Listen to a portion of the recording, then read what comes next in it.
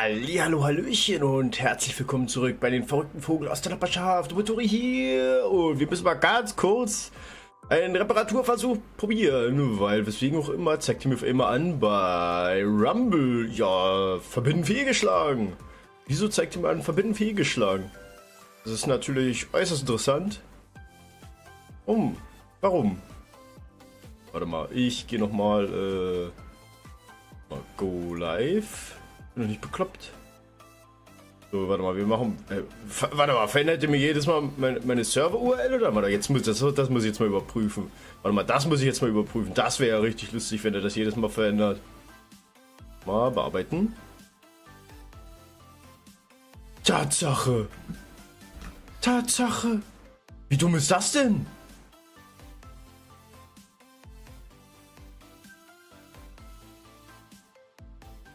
Fällt jetzt das Passwort hoch?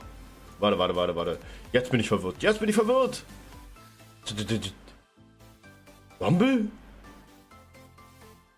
Kopieren? Ja, Tatsache! Ja, Tatsache! Ja, gut. So, jetzt, oder? Ja, Tatsache! Ja, gut. Wie doof ist denn das denn, Mann? Das ist das erste Mal, dass ich sowas erlebe. Wo verändert die den Schlüssel und vor allem den URL-Code? Was?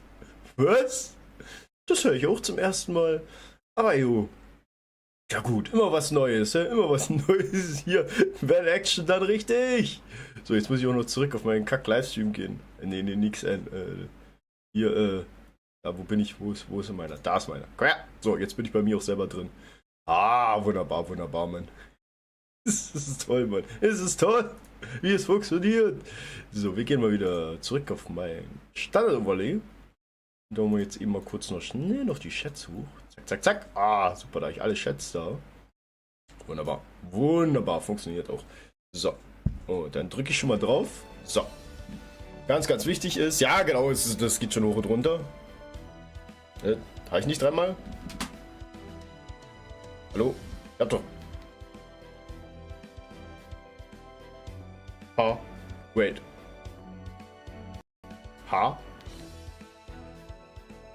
Wait. Hä?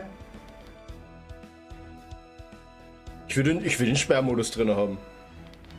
Dann müsste ich eigentlich dreimal. Junge! Hä? Nein? Dumm. Wett? Warum? Hä?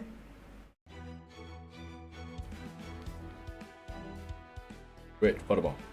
Jetzt bin ich verwirrt. Warte mal kurz. Mal irgendwas anderes. Zum Testen. Hä? Wieso macht ihr jetzt den Sperrmodus nicht rein? Willst du mich rollen? Willst du mich richtig rollen? Jetzt bin ich mal Lust. Ey. War ich zu schnell? Hä? So gut. Technische Begeisterung. Was geht denn los, Mann?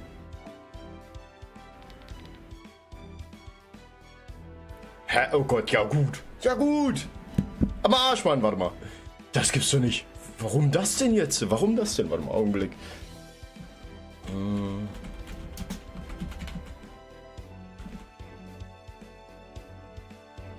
So. Bildschirmsperre.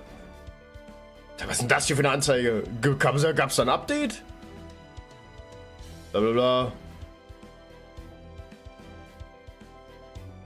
Ja. Hä? Nee, das will ich gar nicht, Mann. Was ist denn das für ein Kack? Ey, das fängt ja jetzt schon mal richtig gut an. Nix haut wieder hin. Ich habe auch leider kein großartig anderes Programm. Warte mal, wir gehen mal auf. Ich gehe mal auf YouTube. Warum? Nee. Weg mit dem Scheiß, Alter. Startet jetzt das Video. Warum startet jetzt ein Video, Mann?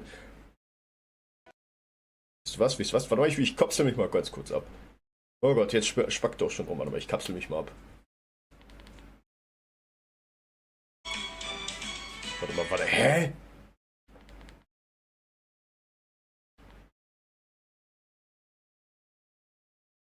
ist denn das für ein Kack? Was ist denn das für ein Kack? Warum funktioniert... Ey, das gibt's doch nicht. Das ging doch letzte... Gab's ein Update? Gab's ein Kack-Update oder was? Das deckt sich jetzt so, nö, ist nicht mehr? Oder was? Willst du mich verarschen?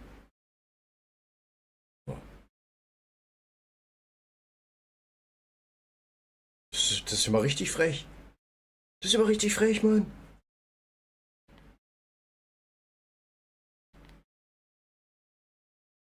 Das liegt doch nicht... Hä? Die Tastenkombination geht nicht mehr. Der Screenshot will ich nicht. Was ist denn das für ein Kack? Nee, ich will es nicht ausschalten. Oder muss ich einfach mal... nicht, dass es einfach nur eine Macke hat. Das wär's ja, ey. Was ist denn das für ein Kack? Ich habe leider auch keine anderen Apps, um ein bisschen rumzuprobieren, ne? Was ist denn das für ein Scheiß? Ja, wobei. Das geht nirgendwo. Was ist denn das für ein Scheiß? Warte mal, wir gucken mal, Alter.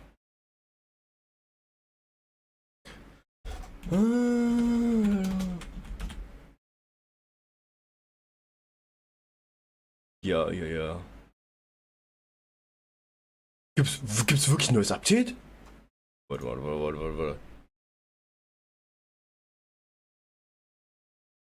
Bla bla bla. Ja, Kackwerbung, Mann, geh weg! Ja, bla bla bla. Alter, so viel Text, weißt du, nichts steht da. Ja. Hä? Ja. Ja, bla bla bla bla. Ja, manuell eingeschaltet.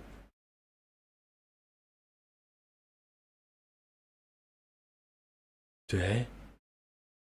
Jetzt bin ich richtig verwirrt.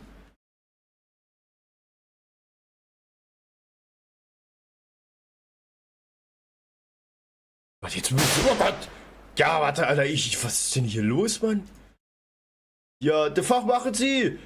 Es gab ein Update beim scheiß iPhone und mein scheiß Sperrmodus geht nicht mehr.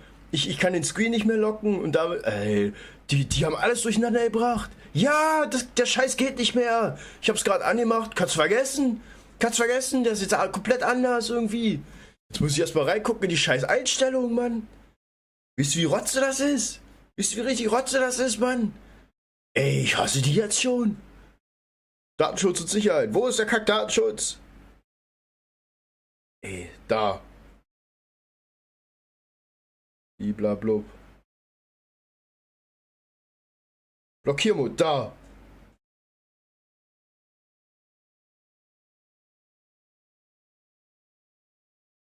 Ja. Hä?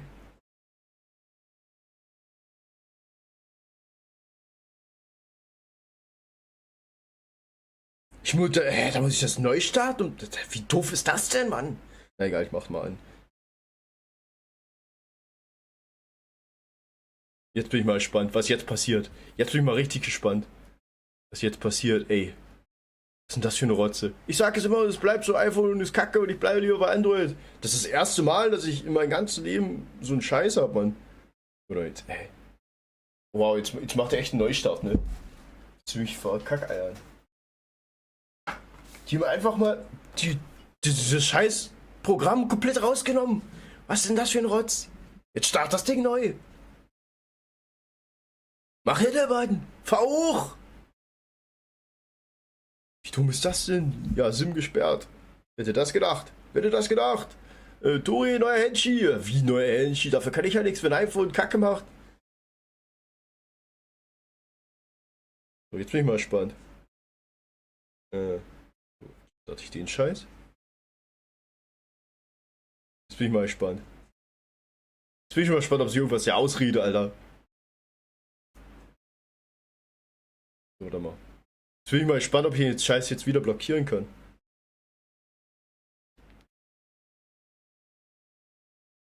Jetzt geht's! Warte mal. verarschen, Alter. Ja gut.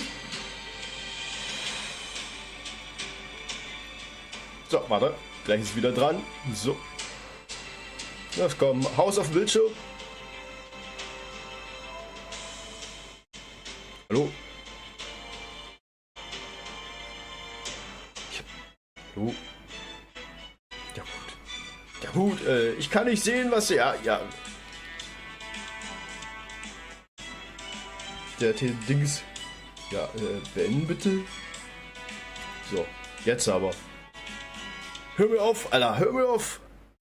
Ja, Vertrauen natürlich, ey, siehst du aus... Ey. Geht schon wieder gut los, ey. Geht schon wieder richtig gut los, Mann. Kack-Drecksding. Geh doch. Oh, endlich, ey. Jetzt, Oh Gott, Mann, war das eine schwere Geburt, Mann. Das war schon wieder eine schwere Geburt, ey. Technik, die begeistert, würde ich mal sagen, Richtig Technik, die begeistert. So, jetzt muss ich erstmal meine anderen Chats wieder hochholen. Ey, Mann, ey. Geht wieder richtig gut. So, ich habe ja aber trotzdem schön zum Glück Tee gemacht, Alter. Ich glaube, den Beruhigungstee brauche ich gleich, wenn das jetzt schon losgeht, Mann, ey.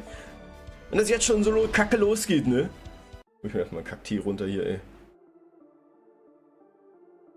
Ah, was ein Start, Mann. Was ein Kackstart. Du bist jetzt eine Mutter geworden. Herzlichen Glückwunsch.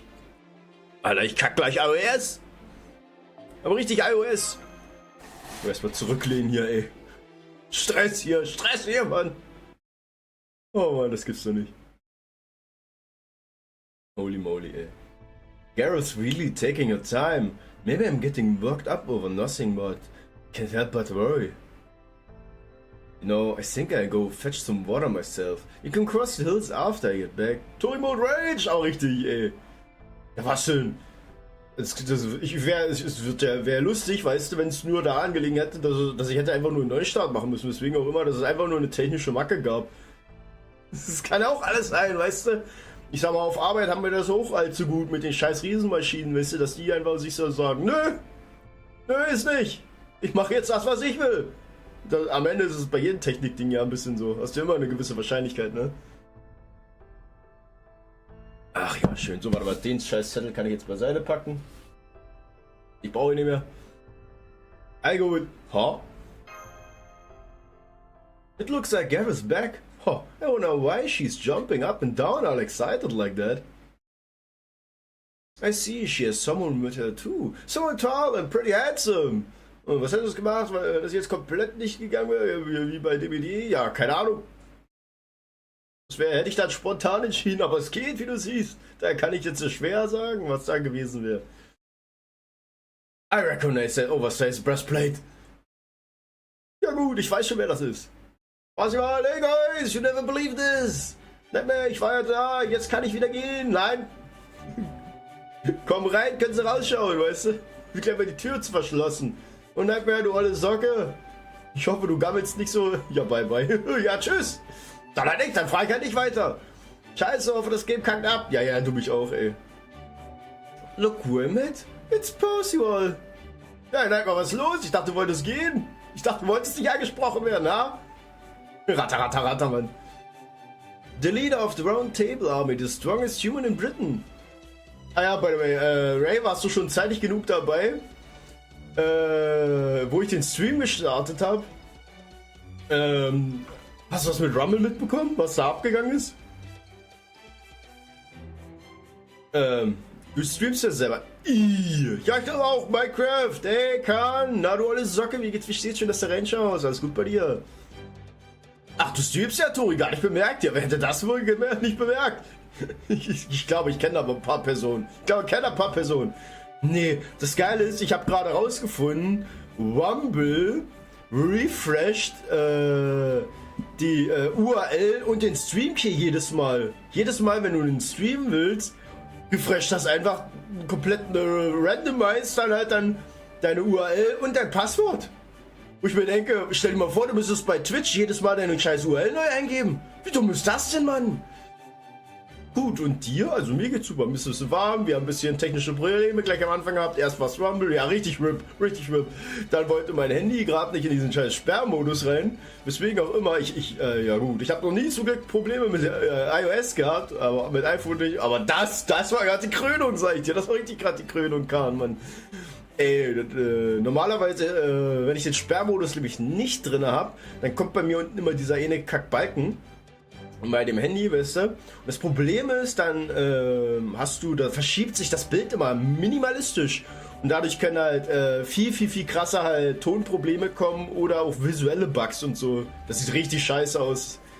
Und deswegen, wenn du streamen willst also zumindest von über ein iPhone, dann musst du den Sperrmodus reinmachen. Ohne das Ding sieht es nämlich richtig scheiße aus, ne? Also nichts Neues bei dir. Ach, ich habe hier meinen Beruhigungstee. Rage! Karibik, Mann! Mango! Jo, aber nein, hey! Ich hab dich noch gar nicht gefragt, da du jetzt ja doch geblieben bist. Wie steht's, du olle Socke? Ich hoffe, du stinkst nicht so durch die Wärme hier. Bonk, ey! Richtig frech, Alter. Ja. Ich würde dich einfach gebonkt, Mann. So. Und was hast du heute so Schönes getrieben, Nightmare? So, wir lesen mal weiter. Hörst du mal! Bam, stink immer, so wie du! Du willst sicher meine Zähne riechen, Mann, ne? I'm sorry, I know this isn't the most proper introduction. Vor allem, wenn wir auf Arbeit mal die ganze Schicht über rumlaufen. Weißt du, wie die Socken stinken, Mann? Ja, das sind richtig, ey, das sind K.O.-Tropfen, Mann, das sind K.O.-Tropfen. Jo, Mann, ey. Wenn ich die dir ins Gesicht schmeißen würde, weißt du, was du für ein Geräusch machen würdest? Genau das. Genau das, Mann. Da bist du K.O., Alter. Nicht von den K.O.-Tropfen, sondern einfach von dem Gestank, Alter. Käsefuß Tori, Mann. It's an honor to meet you, child of prophecy. And you, foreign mage. I'm Percival, the round table almost acting leader. I know I'm dressed like a knight, but I'm really just an ignorant country boy. Nix wirklich, Handyspiele gespielt, früh arbeiten, ja, Mittag billig Burger gefressen. Oh Gott, Chicken, Alter, ja, in Klammern, weißt du, das ist wichtig, mir das mitzuteilen, nicht wahr? Und kann nichts machen, weil warte auf Paket für die Eltern. Ja, das ist natürlich ein bisschen doof dann, ne? Scheiße gelaufen, aber hey, was will man immer so Schönes machen, ne? Solange man bei den Eltern wohnt, da muss man sich auch an die Regeln der Eltern zu halten haben, ne? Lieber Nightmare, hä? Aber jo, ne. Aber wie gesagt, ich werde jetzt auch zur Spätschicht schauen, dass ich mir halt einen neuen Plan mache, was ich mal esse abends und so Späße, was halt besser auch ist für den Körper, bla bla bla. Und dann wirst du mal sehen, ey, der Tori wird Sixpack bekommen. Richtig krass. Ich merke das schon richtig übel krass in den Schultern bei mir. Das ist ja das Lustigste. Ich merke das schon richtig, also in meiner Brust, in meinem Brustbereich und Schulterbereich, wie krass die Muskeln halt zugenommen haben, ne?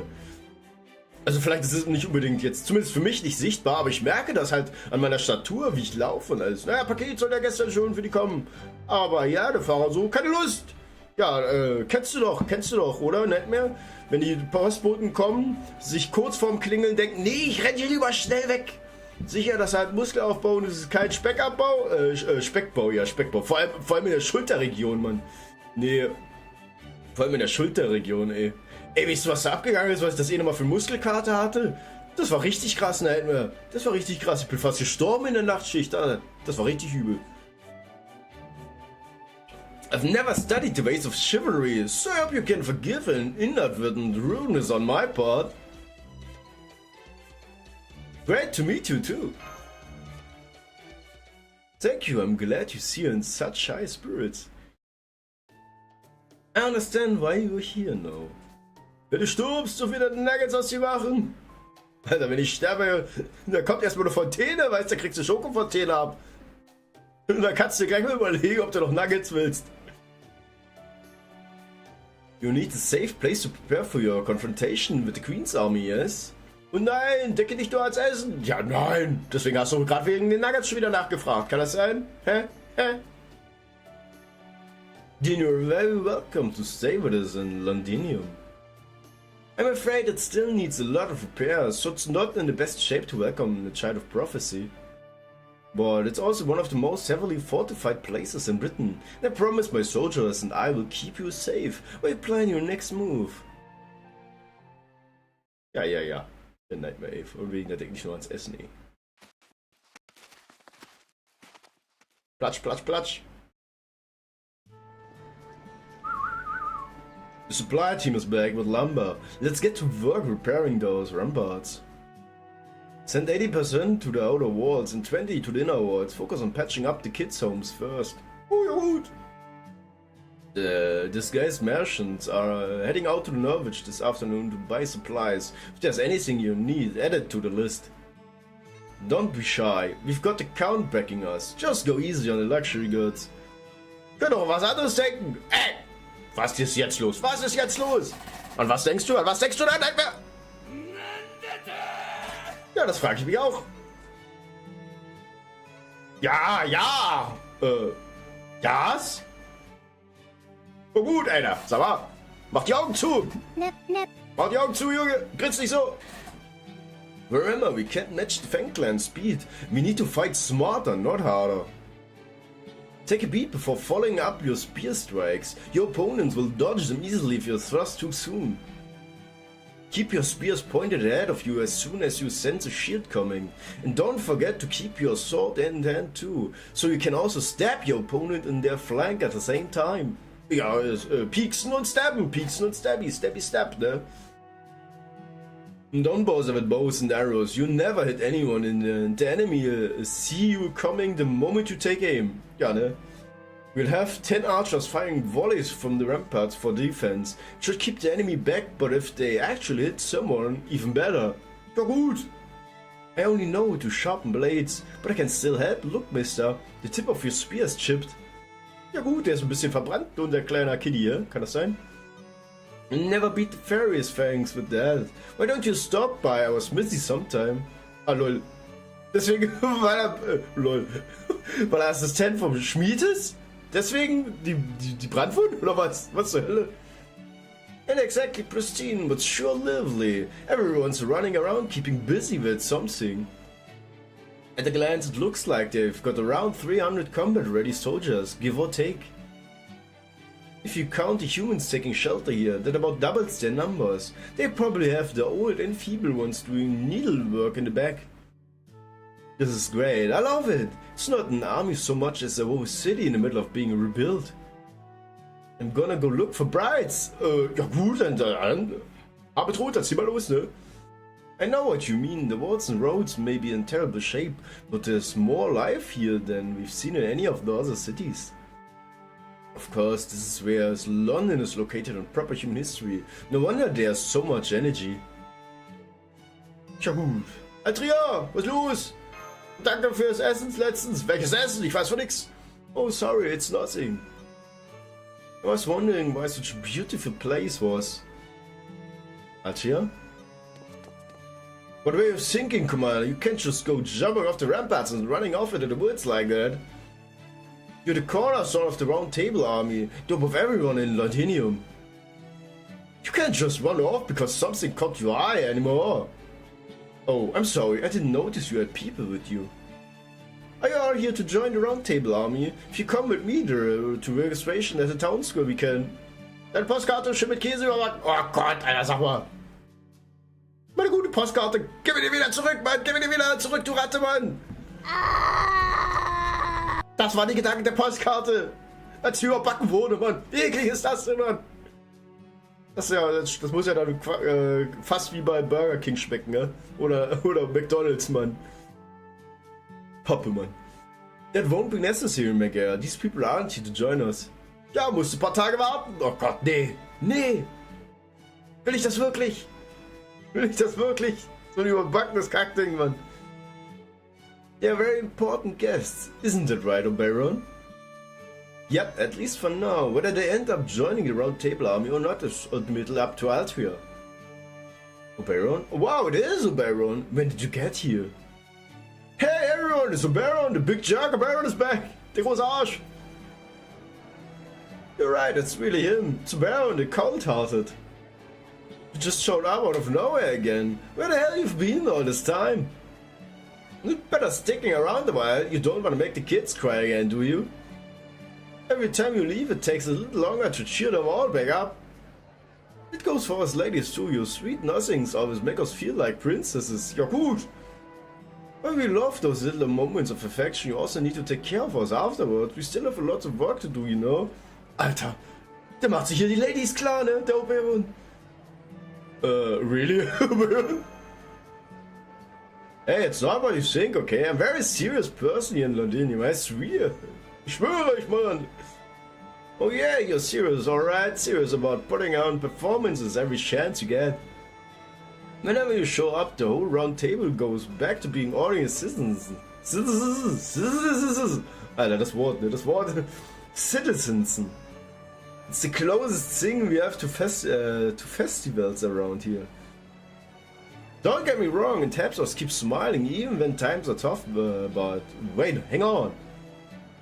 Didn't you say the next time you came back you'd bring the Child of Prophecy with you? Ja gut, mach mal die Augen auf, Junge. No way is it. Oh crap. That's right, this is Arthur, the Savior of Norwich, you've all heard so much about. Her staff of selection was sent here from paradise, just like Percival's spear of selection. She's the Child of Prophecy, the Savior of Britain you've all been waiting for. Und jetzt geht's los! Oder auch nicht? Blim. Aber jetzt! Immer noch 0. Ey, das gibt's doch nicht. Blim. Hier ist Abschnitt! Bam bam bam bam bam bam bam bam bam. Blam blam blam blam bla bla bla. Oh, habe Troja eine Braut gefunden oder was? Das ist eine kraftige Braut. Na na na na na na na da da da da. So. Oh, it really is like a festival. I guess we won't be able to talk to Attribution for a while. Seems like everyone in town's caught Child of Prophecy fever. Maybe we should help her out, Baron. I don't think she's too big on being a fawn over like that. Oh, I'm sure she isn't. Arthur has always been keenly aware of the pressure that comes with fairies pinning their hopes on her. At the same time, she's always been good at handling those very hopes. What do you think, Imoto? Should we rescue her from that crowd? Nah, she'll be fine. Oh, you look happy about this, Imoto. Is Arthur really handling this differently than usual? She sure is. Usually she stutters and fumbles for words for guilt and lack of confidence, but not this time. This is London, a city that dreams of a proper future for Britain. The people she's talking to now aren't just hoping she'll keep them safe because they are they're only worried about themselves. She's seeing something much purer than that now. In fact, I bet she's actually proud to be the Child of Prophecy for the first time in her life. It's like her eyes have been clouded by everything she's seen all this time, and she's finally seeing clearly. Oh, what do you mean? Oh, nothing. It's just a thought I had. I'm the Fairy King after all, so I thought I'd try my hand at a little poetic figure of speech for once. Good. Bum bum bum. No, no, no. I'm sorry everyone kept you so long. I hope it wasn't too much of a bother. Oh no, no bother at all. They were all incredibly nice. You'll have to tell them I enjoyed my time immensely. Und nein, vergiss nicht bei YouTube reinzuschauen. Watch Hours grinden, Junge. Watch Hours grinden. Nicht vergessen, ja? On another note. Ja. Ja. Bruder Master's the only one not here. Is he still talking to the townspeople? Nö. Ey, Junge. Richtig frech. Richtig frech. Kriegst du Verweis, Mann. Richtigen, miesen Verweis. Gibt's da keine Nap-Näpfe mehr für dich? Keine Nap-Naps. Und keine Chicken Nuggets, Mann. Richtig frech. Hey, sorry I'm late. Had to take care of something. Turns out they do have a smithy here, but it's the damn shambles. They got a great furnace, but only one guy who knows how to tend it worth a damn. Yo, da come take a look, see Alter, it's an hallelujah fix-upper. They've got a ton of quartz crystals too, so you can make all the glass stuff you want. Wow, really? That sounds great, I'll definitely check it out. But not right now. Percy was just about to show us the Round Table Army's war room. As a member of the Child of Prophecy's entourage, you are not to go off on your own like that anymore, got it? The Child of Prophecy's entourage? When you turn into a Miss High and Mighty, you haven't even rung one damn bell yet. Ja gut. Or that attention got to your head or something? Nah, it ain't it. It's Nagnal, isn't it? Yeah, I get it. Must be rough seeing your old frenemy living it up as a queen. Frenemy, man. Then again, it's not like you two working with the same kind of materials. It's a shame you're a little too lacking in sex appeal. To be queen yourself. Alter, jetzt geht's los, Alter. Alter, Bruderwasser! It's more than one way to be king. Aber richtig, ey. I guess you're right. Sorry, Alter. Shouldn't have been running my mouth like that. Nagnaldia, a weird's aura must have left a bigger impression on me than I realized. It's wonderful to see you getting along so well, and I don't just mean the two of you, I mean everyone. I was worried that the Child of Prophecy might be buckling under the weight of her incredible responsibilities. But it looks like I was worried for nothing. I could learn a lot from your example. Not at all. I'm the one who's learned a lot from the people of Londinium. I've been to plenty of different cities and they all had various class differences and complaints about the queen. Even so, one thing they all had in common was a wish for someone to save them from their situation. But the people of this town are different. They are all so honest and they don't depend on anyone else. Fuck Seban! Not I've talked to them myself. I see that there are fairies standing up for humans and humans standing up for fairies. They are not fighting just for themselves, they are standing up to the queen to make things better for everyone else. And I think that's exactly what a true Knight of the Round Table should be. People who don't stand above or below one another, but who all stand side by side to help one another. Nice! I have no way of knowing what a true Knight of the Round Table is supposed to be like. Oh, lecker. Lecker Mango, man. But it's true that the Round Table Army isn't a resistance run solely by or for humans. We do want to change things for humans, but first we want to change all of Britain for the better. We don't differentiate between humans and fairies, we're just people who share a dream for the future. Even I'm no more than one of many such peoples Lord and Baron assembled. Huh? Huh? Oh, Baron, you don't mean... No wonder you are so weirdly popular. That's right, Lord Baron founded the Round Table Army. Let's get los, ey! He saved me when I had nowhere else to go, removed the curse on Londinium, and carefully, quietly traveled Britain in search of like-minded people.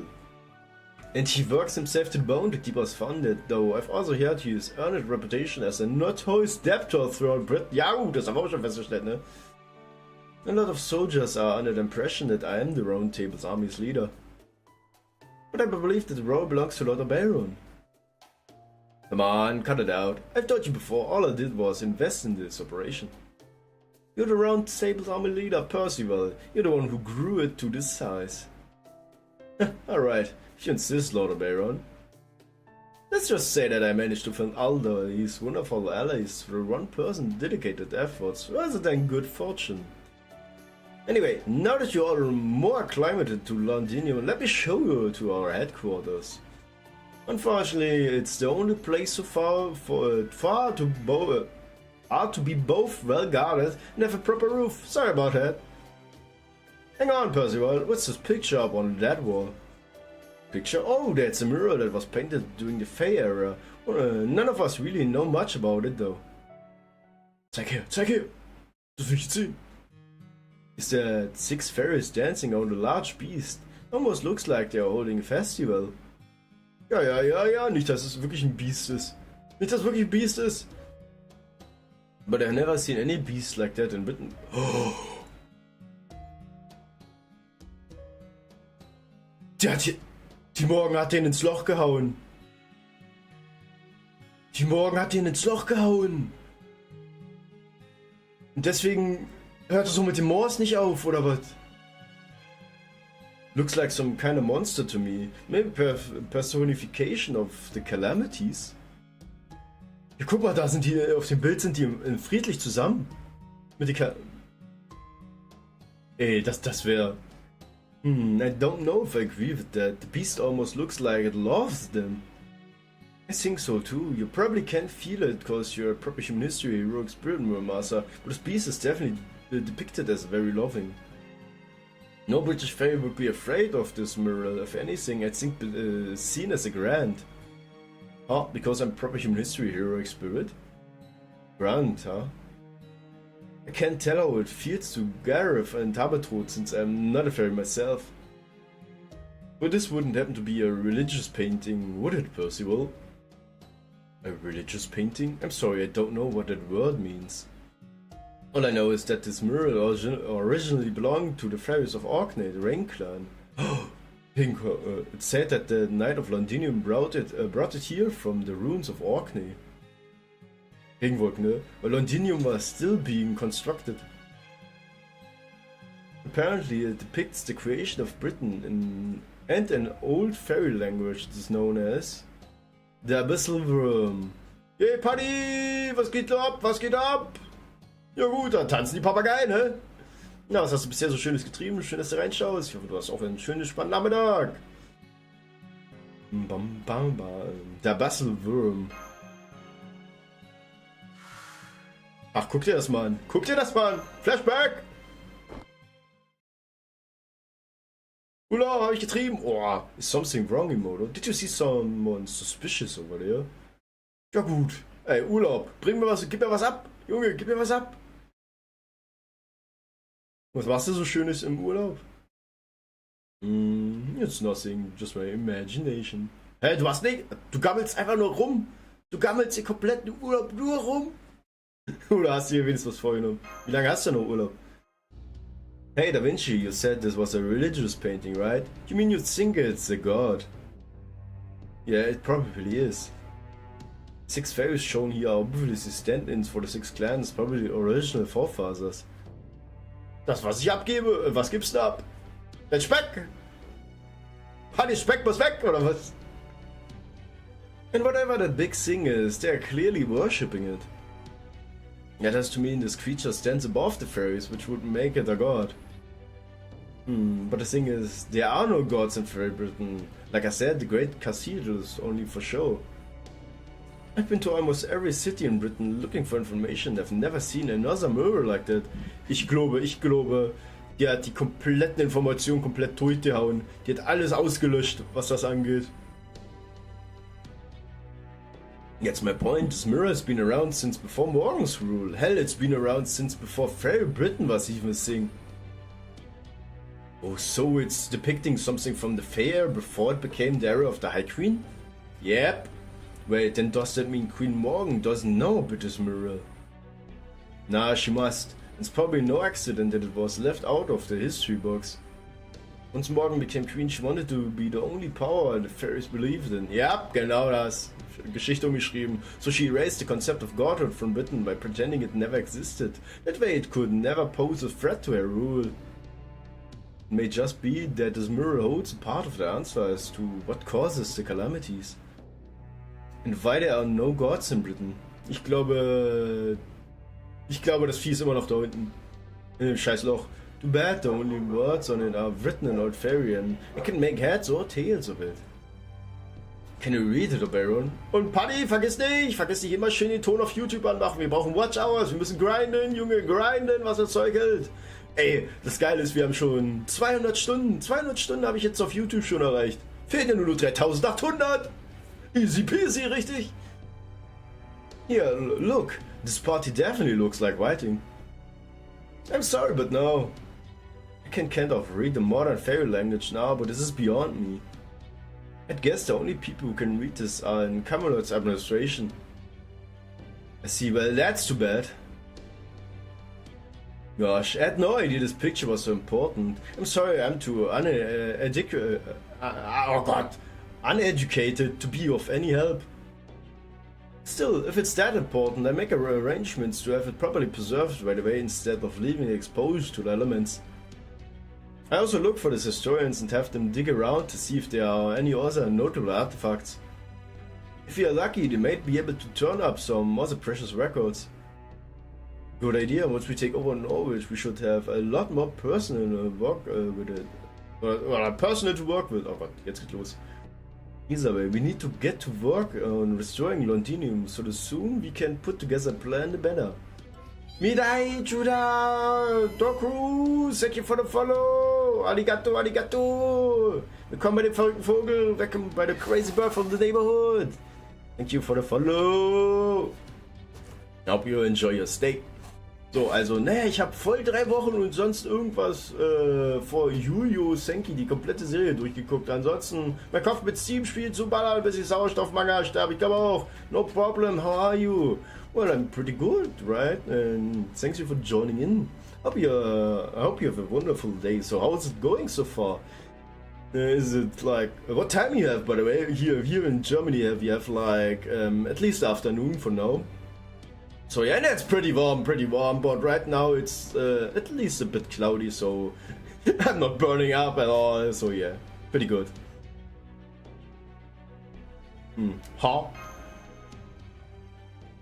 I'm sorry, did you say take over Norwich? Ja gut, ne? Bling! Oh Gott, noch mehr ohne Kämpfe, Mann. It's 7:37. I'm from the USA, Arizona, my home state. Oh, nice, then welcome, and greetings from Germany. Yeah, I also have a collab from someone from the USA, but I don't know like where exactly, but that's not that important. But yeah, gonna have like an English collab on Saturday in the at least evening for me. For her it's like pretty early though. So yeah, for her it will be 1 PM and for me it's like 8 PM then. Welcome to the War Room. Ja, ein bisschen löchrig. Here we repurposed the room from the bathtub because it gives us a view of all of Londinium. We've also repurposed the room of the floor right below as the guest rooms, so I hope you find them to your liking. Thanks, but we have something more important to talk about now. Gut, ich trinke ein bisschen mehr Tee. Are you serious about taking over Norwich? No, I'm partially German. I'm German, Swedish, and Polish descent. Oh wow, well then, willkommen. Can you also speak German then, by the way? Or only partly? Or other language next to English? Also, wenn ich im September noch gut aussehe und nicht komplett vampierbleich bin, bin ich noch körperlich gut dabei. Was? Warum das denn, Mann? Warum das denn, Mann, Palier? Mach doch nicht sowas und ich muss gleich mal meinen Tee nachladen. Und hoffentlich vorsichtig. Not fluent, but want to learn. Oh, that's nice. For me, like, I need to do some, or at least try to get some more collabs and also more streams in English, because I don't have anyone really to talk to in English, so I need to like practice a little bit more. So well, normally in German I talk pretty fast, right? But if I have like a conversation partner, I get like pretty stuck from time to time. Like, so I need to think first before I talk. So, and in German I'm like a machine gun. Just if I can talk like that fast, like-ish. So yeah, and in English I mostly have the problem right now. If I'm talking like that, maybe some words are missing, and then I'm like stuck in my sentence. So yeah, that's probably something I need to fix also in the future. And I hope to do that by streaming a little bit English and also have like some more English collabs. That's the plan. So, oh. Mango. So. I thought the Round Table's army only's enemy was the Queen. What reason could you have to attack anywhere apart from Camelot? You're right, normally such a thing would be unthinkable for us, but we can't afford to ignore what's going on in Norwich. Your valiant efforts did lead to the destruction of the calamity at Norwich. To your English is yellow from the egg! Was? Gelb, Alter, ich geb dir gleich gelb, Mann! But instead, a Child of Prophecy left Camelot springing petition the Queen for military aid. Tirateman! The little fucker. He claims that the residents of Norwich now support the Child of Prophecy and are now traitors to the crown. Yahoo, danke man! He's using the Child of Prophecy as an excuse to massacre furries and take back his land. Der Typ, man. We only learned about this yesterday from a secret correspondence sent by someone calling himself the Count. Ja, nicht ohne O, Mann. The Queen's forces will probably arrive at Norwich tonight. I doubt we have more than 2 days to spare. We've already put out a call for comrades across the land to come back to Londinium. I'd love to visit sometime, maybe Berlin or Munich. In my history, World War II, my preference, and study archery and business. Oh, nice, nice. Well, my father is like also a pretty big military nerd, so he's like in all the military stuff and like the superstition stuff also. So it's he likes his books. So yeah, it's pretty fun. I also have like already like gifted them some books in that regards, like about like World War 1 and 2. So yeah. Not that I am that knowledgeable about it myself though. I didn't have like history lessons in so long though. So yeah. But by the way, Dark, if you wanna also like stay informed all the time, you can also join my Discord if you want. I don't think I think the funny fact is you can't use the command, but I can use the command. I don't know why. Botrix doesn't like us. I don't know. What was it? DC Discord. Ah, there it is. If you wanna check out my Discord. It's a bit chaotic one, but hey, I'm always like happy talking to you guys there, and you can always stay on top, like at least on what streams I do and what I don't. Normally I did most of the streaming on Twitch, but now it's like on Kick, YouTube, and right now I'm also streaming on Rumble, so I have like a multi-stream to reach more people. And I think reaching more people is better than getting like confined by Twitch. Yeah, and I really don't like that. But yeah, I also have like a lot more fun streaming on Kick and like YouTube and on other platforms where you can at least have the freedom of multi-streaming. So yeah, that's also like, what was it? Accessibility, and that's like that people can find you far more easy, right? On Twitch you have like so many hurdles to jump over, right? To find a new guy you'd like to watch and stuff, yeah. Weiter Konzept! As soon as they're all here, we set out for Norwich. Our goal is to occupy Norwich Gate and take control of the city before Spriggan can have his citizens massacred. Even if they paint us as a barbaric invaders for doing so. I don't much like our chances of that victory. Norwich people aren't going to be happy to see us. Most fairies just think of the Round Table's army as a gang of militant humans. I doubt they see much difference between the Round Table army and Spriggan really. A gang of human militants. But please, I don't want you all to all worrying about that. We're the ones who made this call. This isn't your battle to fight, you're here to recover. You'll be safe in Londinium, not even the Queen's matriarch can reach you here. Of course I'm studying quite a few other languages, trying to learn Japanese Tagalog. Tagalog is the Philippines language for Polish and others. Oh, nice.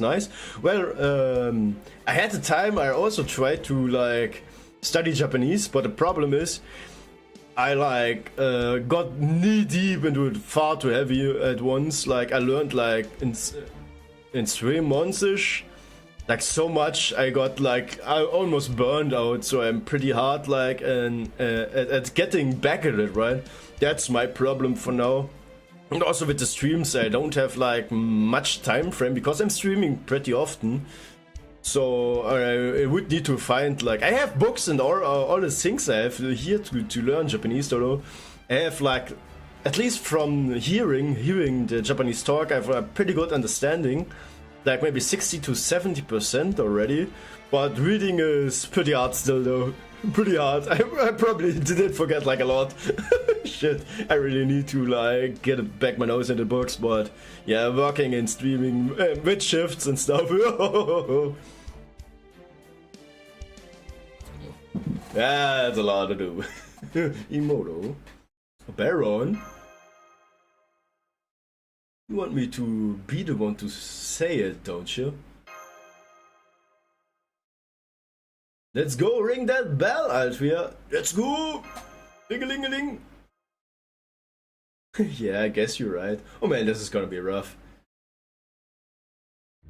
Alright, I understand. I've made up my mind too.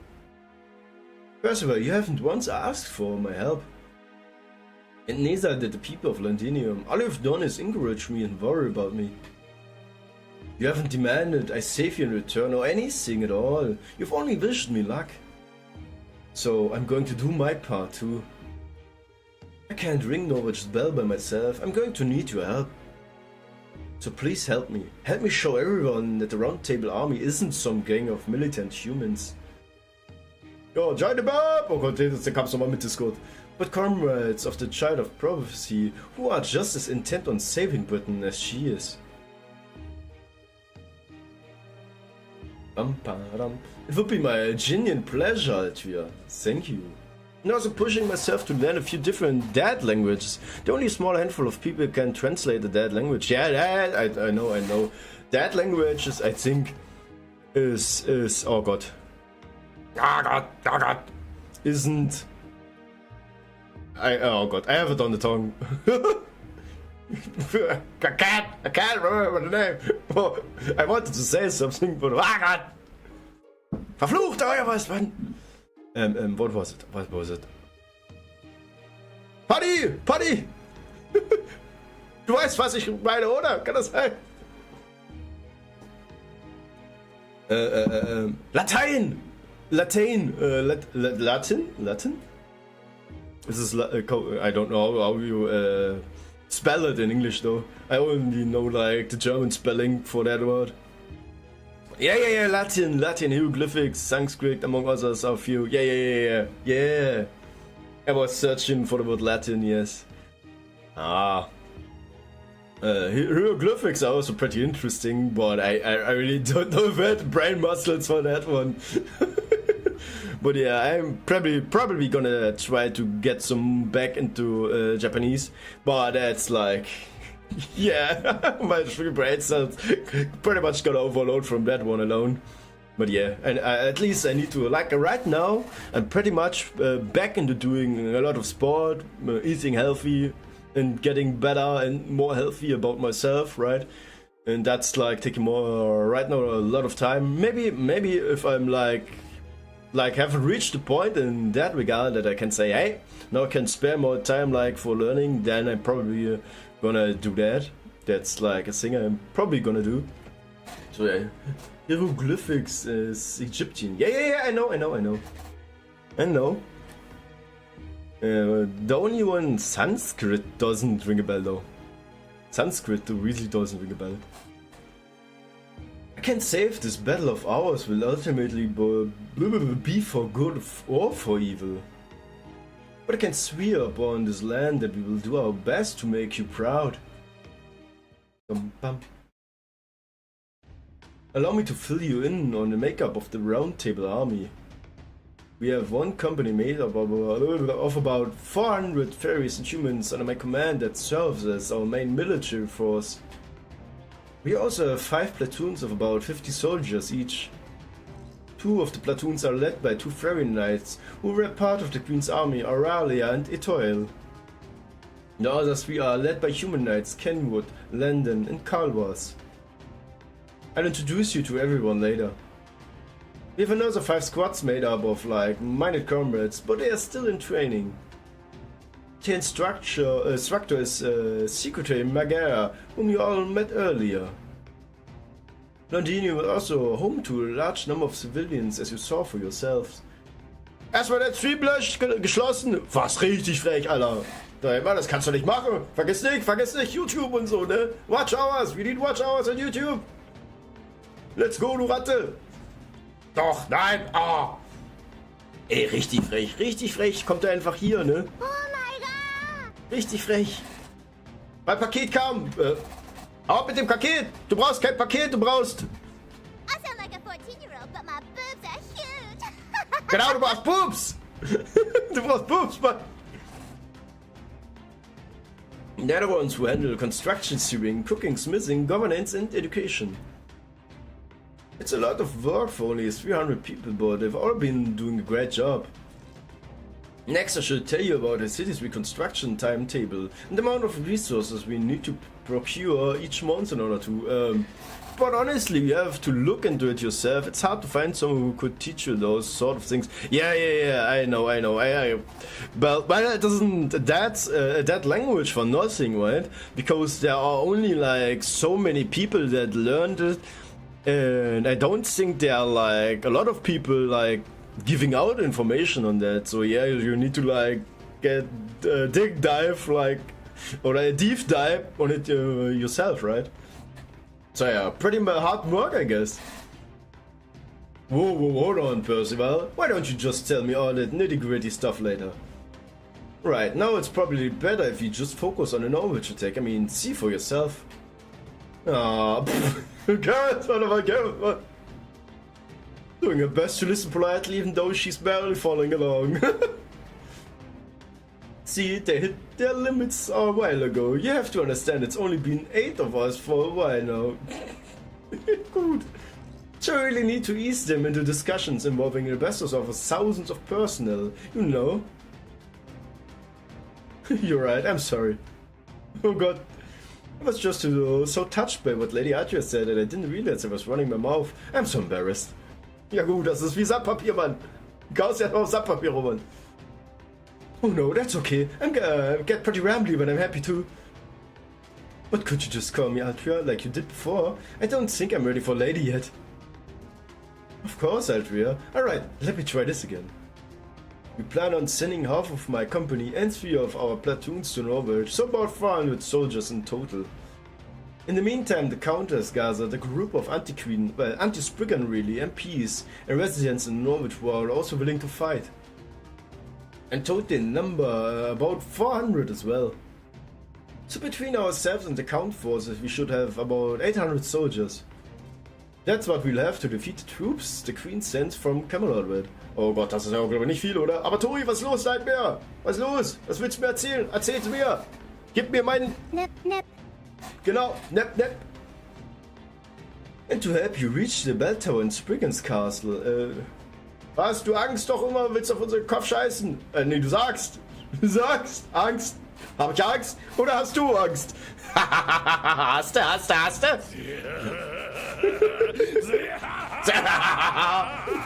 Ist das dein Fetisch? Wieder hey to the Blood Nico! Thank you for the follow! And welcome!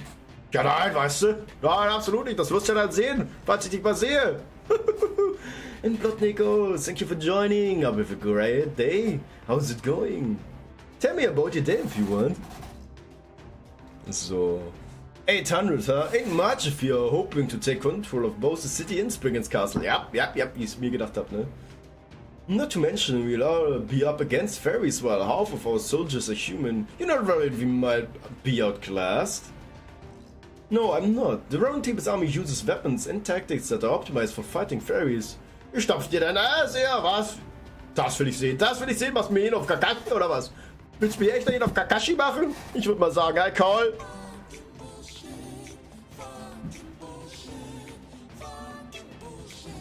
Bam. Das call ich, Mann. I have completed faith in your ability to make up for the difference in power. However, Spriggan's Vault Castle, as he calls it, will be too much for us to handle. Going good, saw you on Twitter and glad I came. Well, I hope you enjoy your stay then. And welcome again. It's always nice to hear. So yeah, as you can see right now, we're playing some FGO, Fat Grand Order. So yeah, we're playing through the Lostbelt. That's why we're pretty much lost in Lostbelt. Hey. So yeah, we still have so much to do with the story and stuff. Like I'm not even on the halfway. You know, how many weeks did I play it already? Like, oh holy shit, ne? Du weißt, Kakashis Trick bei Männern hinten, bei Frauen vor. Jetzt geht's los hier. Jetzt geht's los. Jetzt geht's los, richtig frech.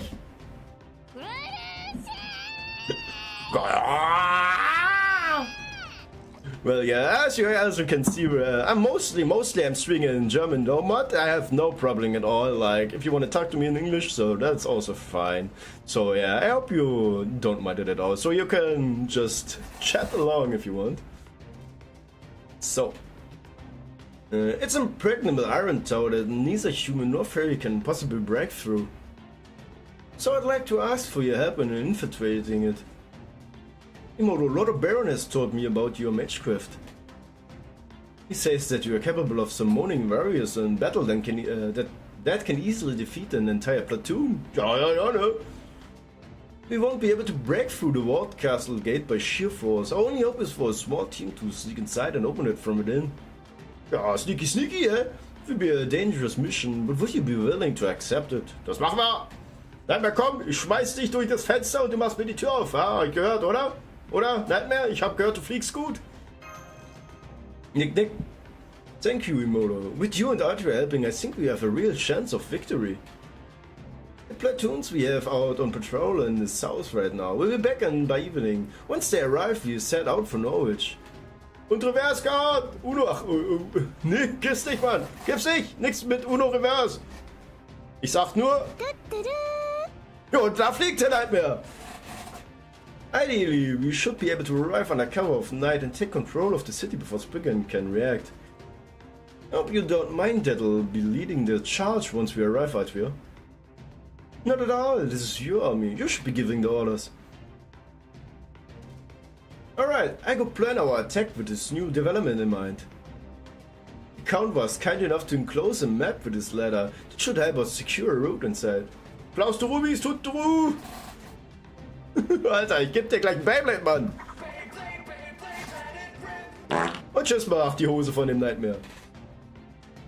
Man, Count Pepperon doesn't miss a trick, does he? Also, mitten im Flug, ne? Darfst du nicht vergessen. Expect we'll be leaving in about 3 hours. Until then, take some time to relax. Gotcha. I'm gonna pay the textile, the textile workshop a visit then. The pile of unused cloth scraps was downright obscene. Well, okay. I know the weavers must be busy, but you could make so many cute clothes for the children with all of that. So I'm gonna help them out and prove just how dependable old Happy Cat can be. Ah, by the way, wenn du dich wunderst, wo die anderen Sounds sind, die gibt's gerade nicht. Das kleine Stream-Trick ist gerade aus. Weil ich brauche eine Verbindung für USB für mein Handy, ne? Sonst wird das ein bisschen problematisch, ne? Ich brauche nämlich eine USB-Verbindung, sonst ist das Handy, ne? Das wäre so schnell die Batterie leer.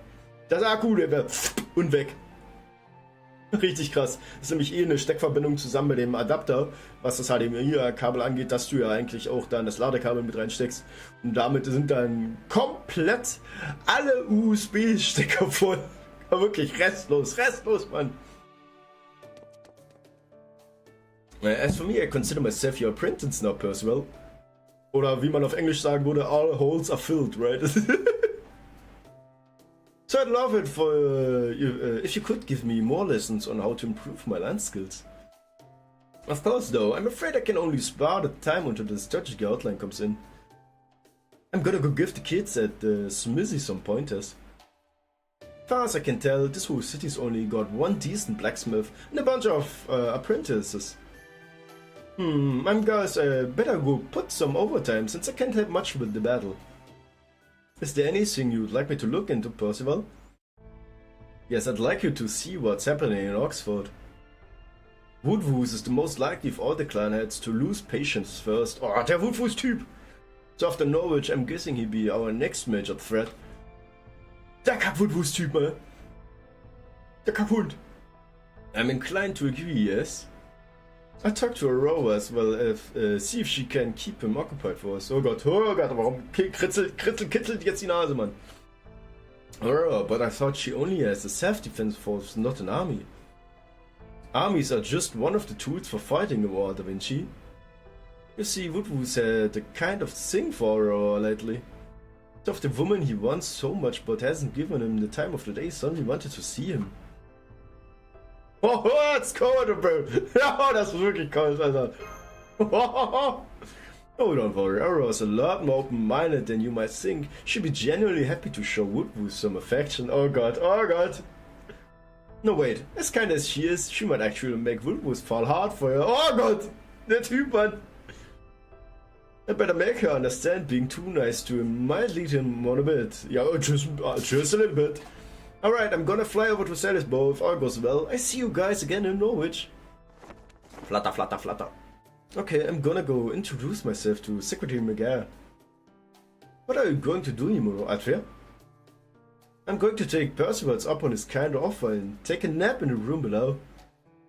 It looks like we have a long nighttime march ahead of us, so I need to rest up where I can. Good point. I think I do the same. Wow, Näppchen! Okay then, everyone, please meet back here in 3 hours. Oh, I was told Norwich begins at sunset. Juhu! Die machen wir platt! Oh, yes! Yes! Belohnung für die Tori! Bing! Auf geht's! Oh, immer noch keine Kämpfe. Immer noch keine Kämpfe, Mann! Ich will immer noch keine Aussau, ne? Avalon La Fee, Norwich.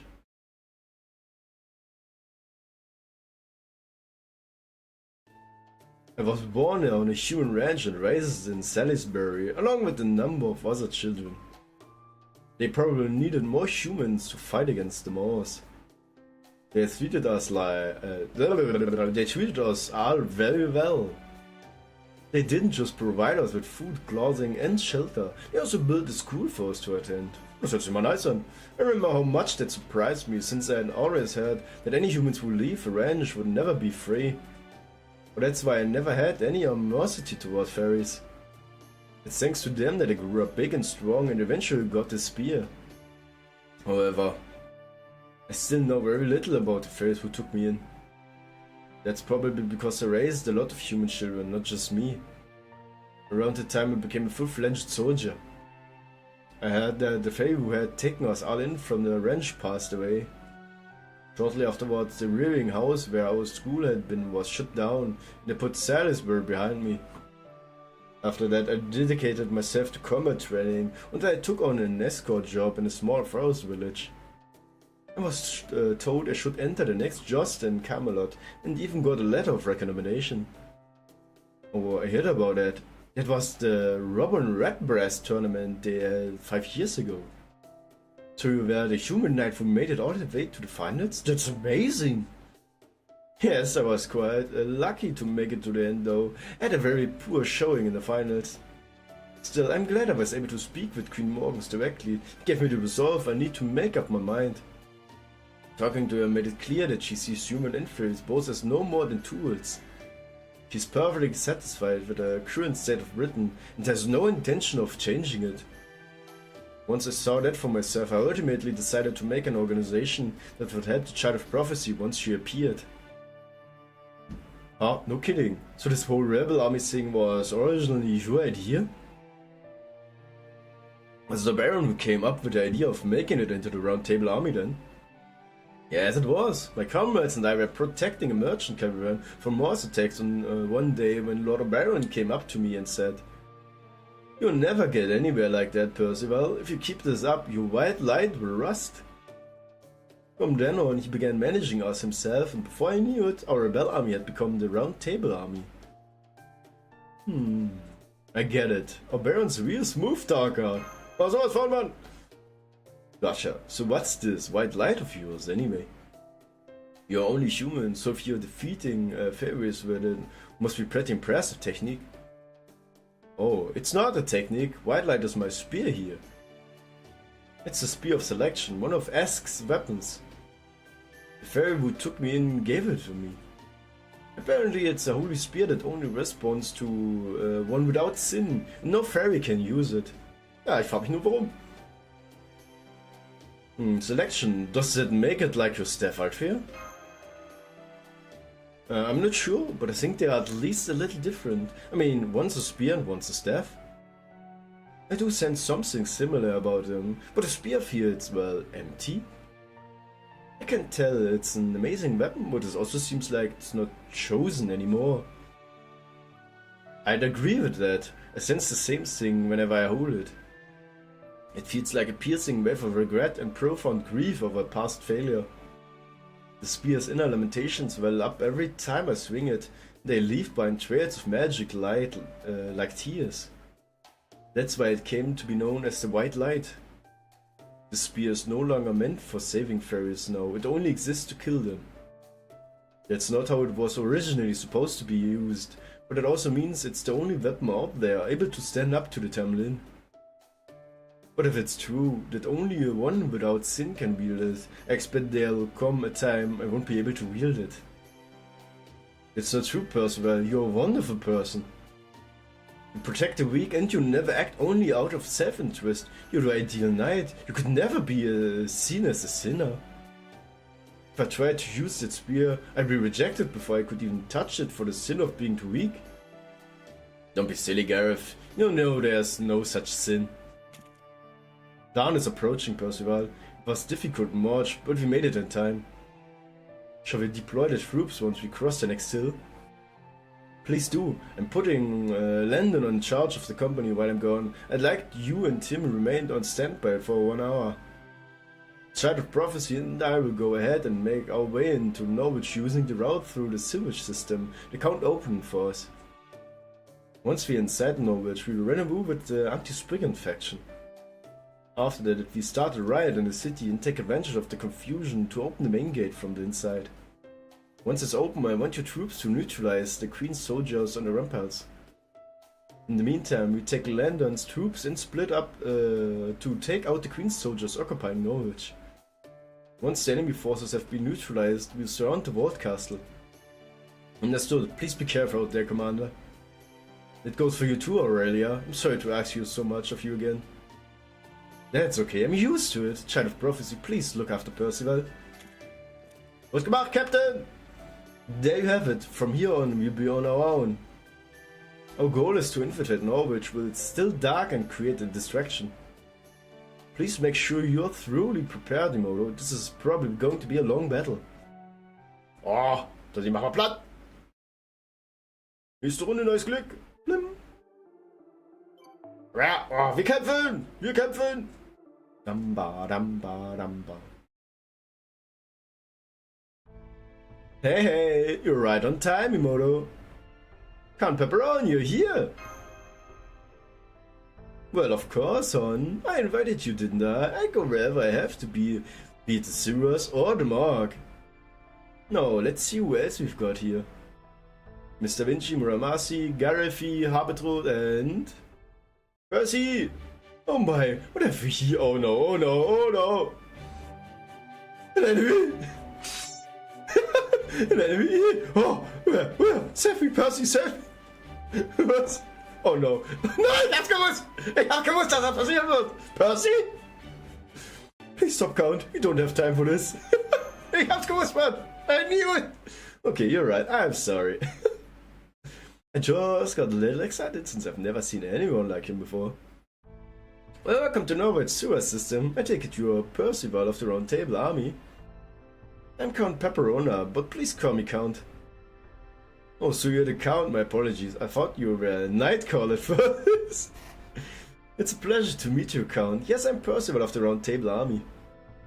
Thank you for telling us about this crisis in Norwich. Not at all, hon. If anything, I should be thanking you guys for handling the bloody parts for me. Huh? I just noticed one of you is missing. What happened to him, Modo?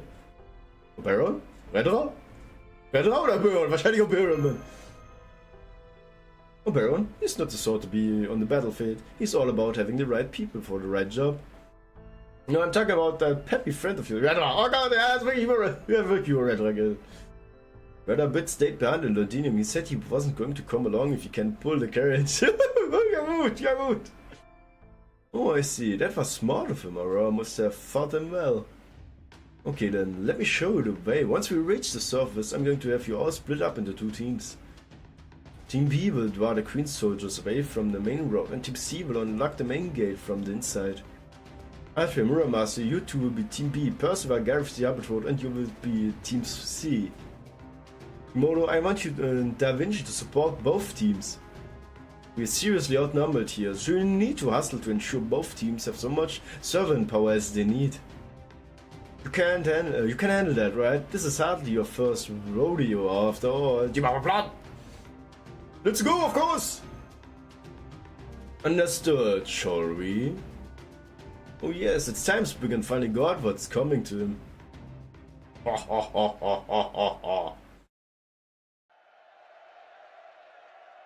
Lord Sprig and the Round Table army has begun attacking the main gate. You don't say. The Round Table army isn't like the other rebels. They are in fact a proper army. They would never launch a frontal assault on our gate with only 300 soldiers, which was mean. Lord Sprig and the Queen's soldiers are reporting that Norwegians had begun an armed uprising throughout the city. They say they are rising up against the Queen's unjust rule, and there have also been reports of the Child of Prophecy there among them. Yes, sir. Yes, the townspeople so inspired that the Queen's soldiers are having a hard time fending him off.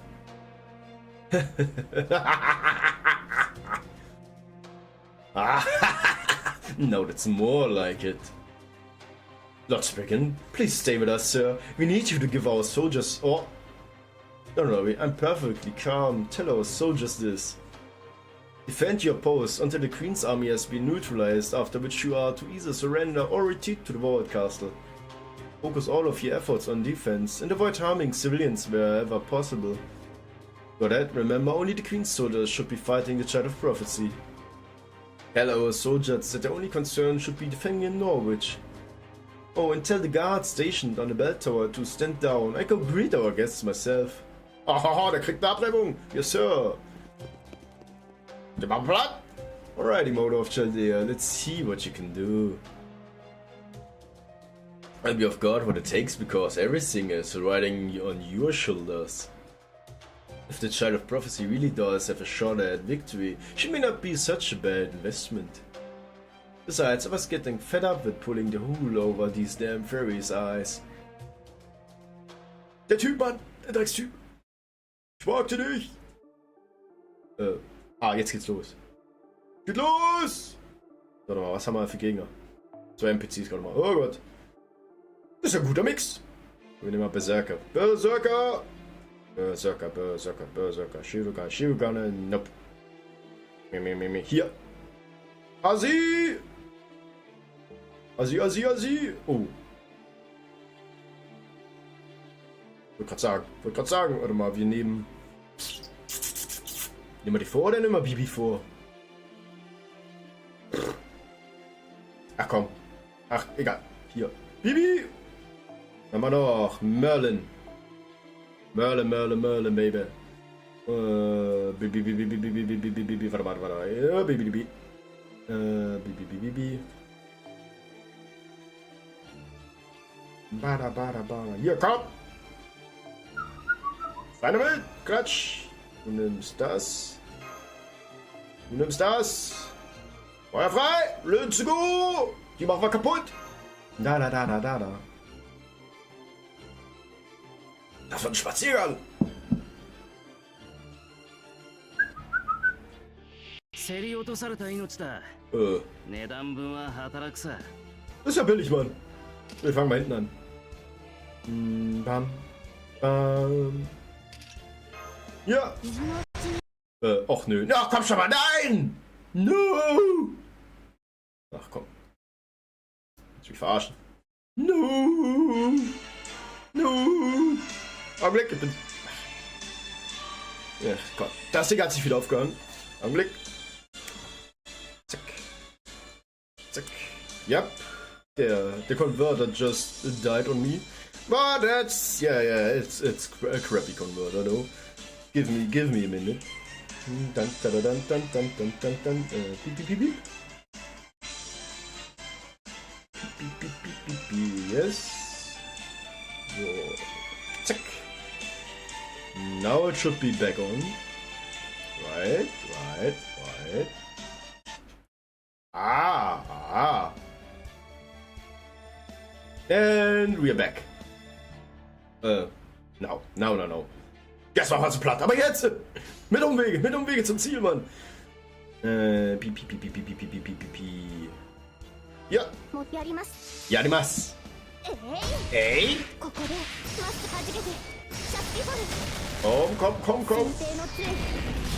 Ah, knapp. Ey, mach dich kaputt. Das gefällt mir. Kaigan.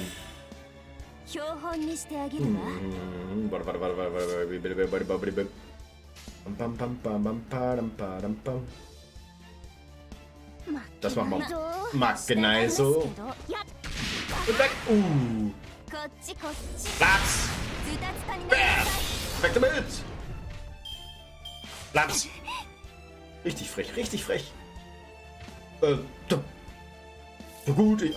Ja gut, es sind ein paar mehr remaining. Okay, gut. Warte.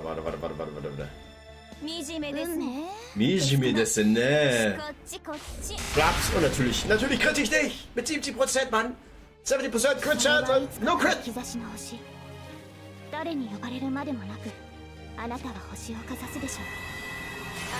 Nur Caliban. Ja genau, da bist du 30 Crit oder was? Richtig frech. So. Hey, du könntest jetzt. Natürlich könntest du genau jetzt. Ach, du kannst mich doch mal. Ah, guck mal. Aber das tut weh. Hier. Oder warte mal. So machen wir das. Sangoku! Yes, Crit! Wakazo! Yagisu Gesta. Das tut weh und gib mir gut Crit-Sterne. Platz! Getto! Psycho des? Nane Beam! Ups. Nächste Runde. Mensch, das kommt ja perfekt. Oder machst du das ja, alter Ego? Ja gut. Die tun mir jetzt schon leid.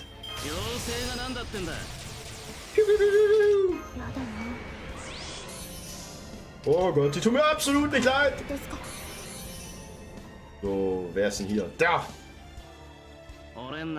Orenda, ja. Und tschüss, bye bye. Kaige.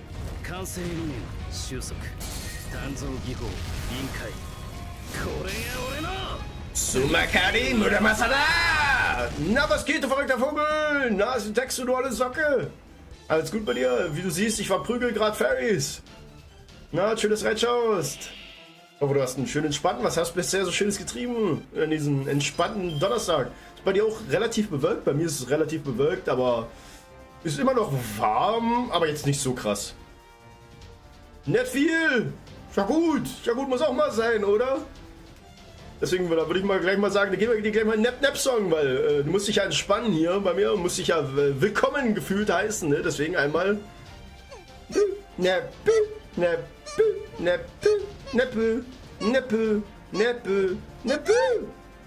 und einfach, magst du Eisen seine Stimme? Dann würde ich noch mal ein kräftiges Yokoso sagen.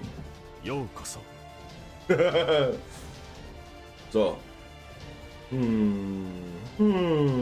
Runde 3. Ich hab was für dich. Das Tekini. Das, was du, Damage Card. Drauf da! Ey, bleib da! Hörst du auf! Finger weg von meinen Gabbelzähnen! Die brauche ich noch, Junge! Das sind keine Chicken Nuggets! Mein Vogel, Alter! Ich geb dir gleich Vogel! Kleine Miserante, Alter! Bam, badam, bam, badam. Oh ja! Oh, der überlebt! Der überlebt, Mann! Hab mich heute wieder von MTG Arena ärgern lassen, oder besser gesagt, ein paar Spiele gemacht, bis ich wieder keine Lust mehr hatte. Ja, dann lass es doch sein. Das gleiche hatte ich bei Yu-Gi-Oh! Bei mir. Ich habe mich dann immer öfters mal noch reingehangen, aber das hat es dann umso weiter noch kaputt gemacht, umso mehr, ne? Am Ende hatte ich dann gar keinen Bock mehr, ne? Das war halt, Mochiron! Paps! Wakaso! Komm, Yugi, macht Spaß! Ja, gegen dich vielleicht! Na gut, Crit, da! Der crittet sich hier durch, hä? Warte mal, was sag ich denn? Ah, guck dir das mal an. Oh Gott. Oh Gott, was sehen meine Mühen denn da, Mann? Macht so lange Spaß, bis man dann merkt, dass man nur noch fürs Win spielt. Da macht das keinen Spaß. Ist ja wirklich so. Ich weiß nicht, ist es bei Magic genauso. Du hast halt wirklich, du wirst halt nur für Ranked-Kämpfe belohnt in Yu-Gi-Oh! Momentan halt, wenn du die neuen Spiele spielst. Und du wirst halt auch wirklich nur fürs Gewinnen halt belohnt. Und du hast halt keine interessanten wirklichen Duelle mehr. Du hast halt keine Decks, die halt cool zu spielen sind, sondern es heißt alle nur fast die Meta-Decks. Weißt du, egal in welche Richtung du gehst, du hast nur Meta-Decks, ne? Also, sei froh, dass du es nicht gelernt hast, wie ich mit Yu-Gi-Oh! Wieso, was hast du denn gelernt? Was hast du denn so Schönes gelernt da? Guck mal her. Okaku Doso. Guck mal. Hier. Und piu, piu, piu. Ich mach dich kaputt. Linie, meine was? Guck mal, was überlebt. Ich filme erstmal ein bisschen Mango ein. Mango. Rekina! Oh, er hat's überlebt. Mensch, die hatte ich schon lange nicht mehr draußen, ne? Tenno Daikai. Das hat auch überlebt. Und das Solo, ey.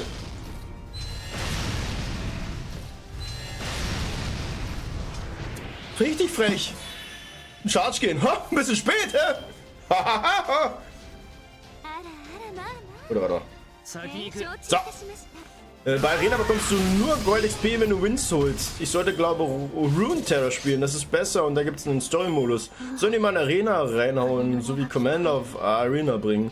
Commander ist eh das beste Format bei Magic, der deswegen. Zumindest macht es Spaß. Ja, bei Yu-Gi-Oh! Ist genau dasselbe.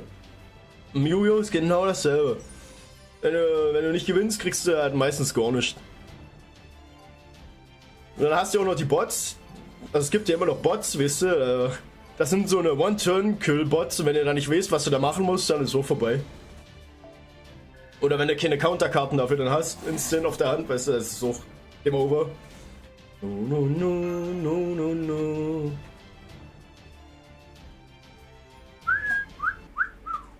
Nächster Kampf, let's go! Plaps.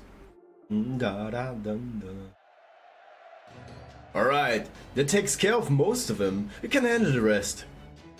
Go on ahead to the gate, Imoto. Percival needs your help now, not us.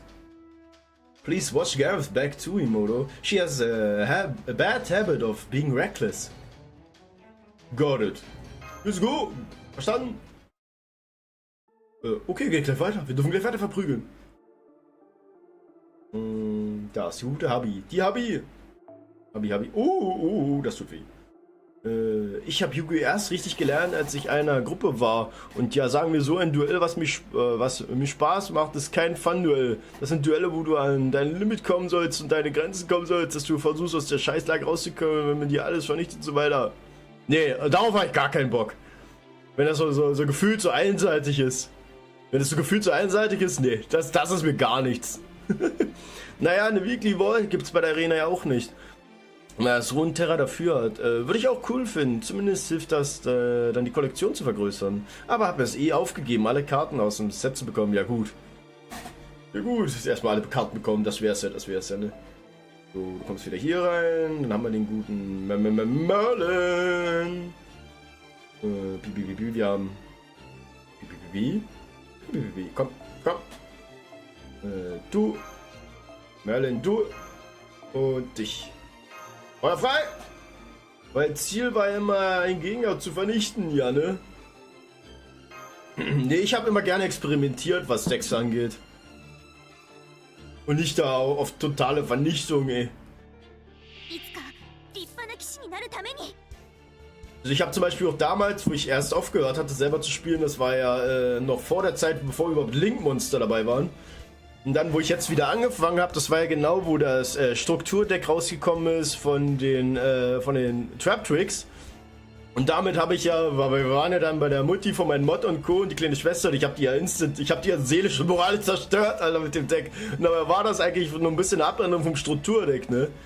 Na, er hat auch, mein Kubisch-Deck konnte damit auch unentschieden spielen. Oh Gott, Kubisch. Ich glaube, da habe ich schon was Lustiges gehört. Aber habe damals auch Turniere bei MTG Arena gespielt. Das waren noch Zeiten, aber waren meist dann immer von jemandem und nicht selbst von denen. Okay. Das ist immer okay. Combo-Decks beim MTG waren recht cool. Aber gibt's ja auch nicht mehr, so dass die gut sind. Ja gut, ne? Das ist halt, die verändern sich halt durch die Games mit der Zeit, ne? So, wir haben erstmal eigentlich kann ich 6 Stück. 6 fucking Stück hier. Tsubayai Nanode. Ganone. Wir machen. Ich glaube, das mache ich. Kaigan. So, erst du, dann du und dann du. Platz! Ah! Yes, perfekt. Geld! 309. War ja gut. Da hab ich mich erstmal verprügelt, die Sau. Warte mal, du bist da. Ja? Oder warte.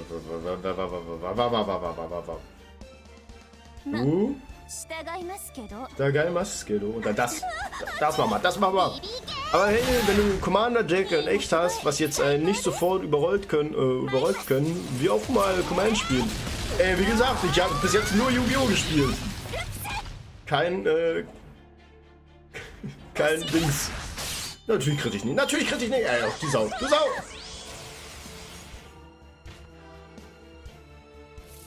Richtig frech. Natürlich kritisch nicht.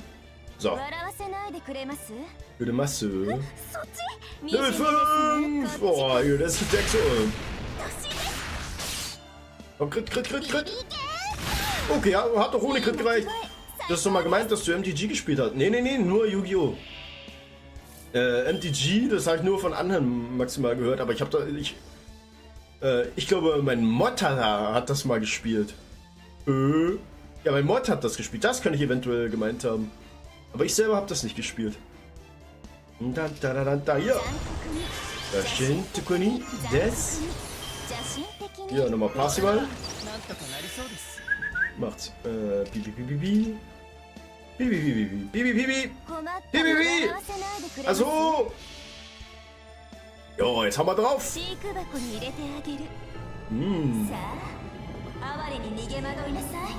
Cast the Cutting Crater. Steck dich in den Käfig, Syntax, oder? Da freust du dich bestimmt. Tschüss. Ich bin die Kackpferde. Fatal Battle. Ach, nochmal so ein Typ. Ja gut, HP los. MP da, okay. Die Ratte, Mann. Da kommst du hin, wenn du nicht lieb bist. Ich glaube auch. Sehe ich aus, als wäre ich lieb? So, mal, dich tauschen wir aus gegen dich. Ich doch nicht. So, oh.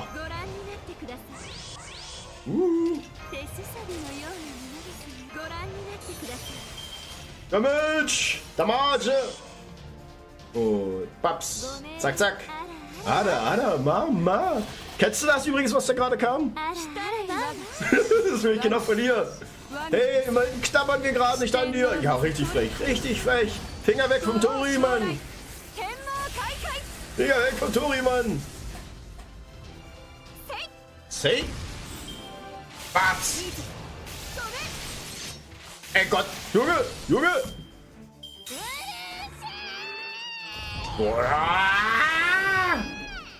Finger weg vom Tori, Tori, Mann. Was ist das für ein Superheld? Wer welcher Superheld? Oh Gott. Ach, das ist jede Runde oder was? Ist immer richtig frech. Jede fucking Runde. Oh, warte mal. Ich glaube, ich weiß, was ich mache. Jocha. Er hat mir versprochen. Libigetto. Psycho ist.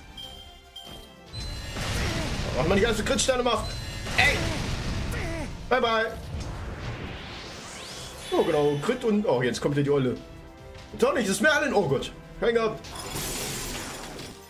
Ja, was? Ja, du meintest eben Tori, Mann. Wer ist das? Ich glaube, das haben meine 3 Gehirnzellen. Alter, ich hab das schon wieder vergessen, Mann. Meine 3 Gehirnzellen sind schon. Wenn es der Tori, Mann gibt es denn auch auf Tori Frau was? Ich weiß nicht. Frag mal meine Hand, Mann. So, warte mal. Damage!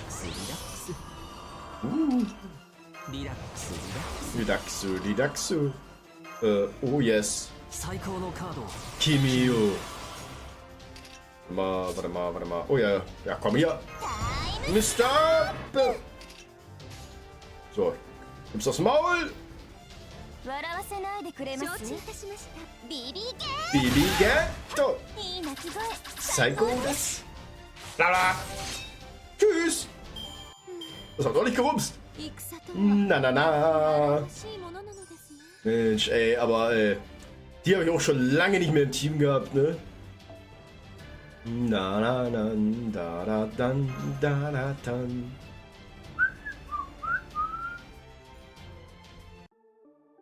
Ja, Ausdauer. Braten.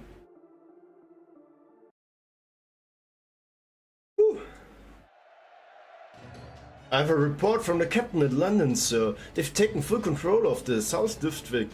Ich glaube, weiter Clash of Clans spielen. Oh Gott, Clash of Clans. Sag mal, du spielst dasselbe Game wie mein Vater, Mann. Wie alt bist du denn, Südexo? I have a report from Captain Aurelia as well. The Queen's soldiers are near the main gate have retreated after losing 20% of the forces. Ja, Südexo ist insgeheim schon 60 Jahre alt. Ey, es ist besser geworden. Ja gut, ich hab's nie gespielt. Great work now. Go do the same for the North District. We're going ahead to the Vault Castle. Take anyone who surrenders into custody and have Aurelia's squad look after them. Yes, sir, understood. Aber das ist wirklich hier das momentan einzigste Handyspiel, was ich auf mein drauf hab. Auf meinem Handy. Fate halt, ne? Nichts anderes. Ich wollte mal Genshin wieder drauf hauen, habe ich festgestellt, frisst zu viel Speicher, Mann. Genau, ich bin schon 2500 Jahre alt, wusstest du das nicht? Ey, da erzählt sie mir komische Sachen. Ich würde mal sagen... Fucking Bullshit.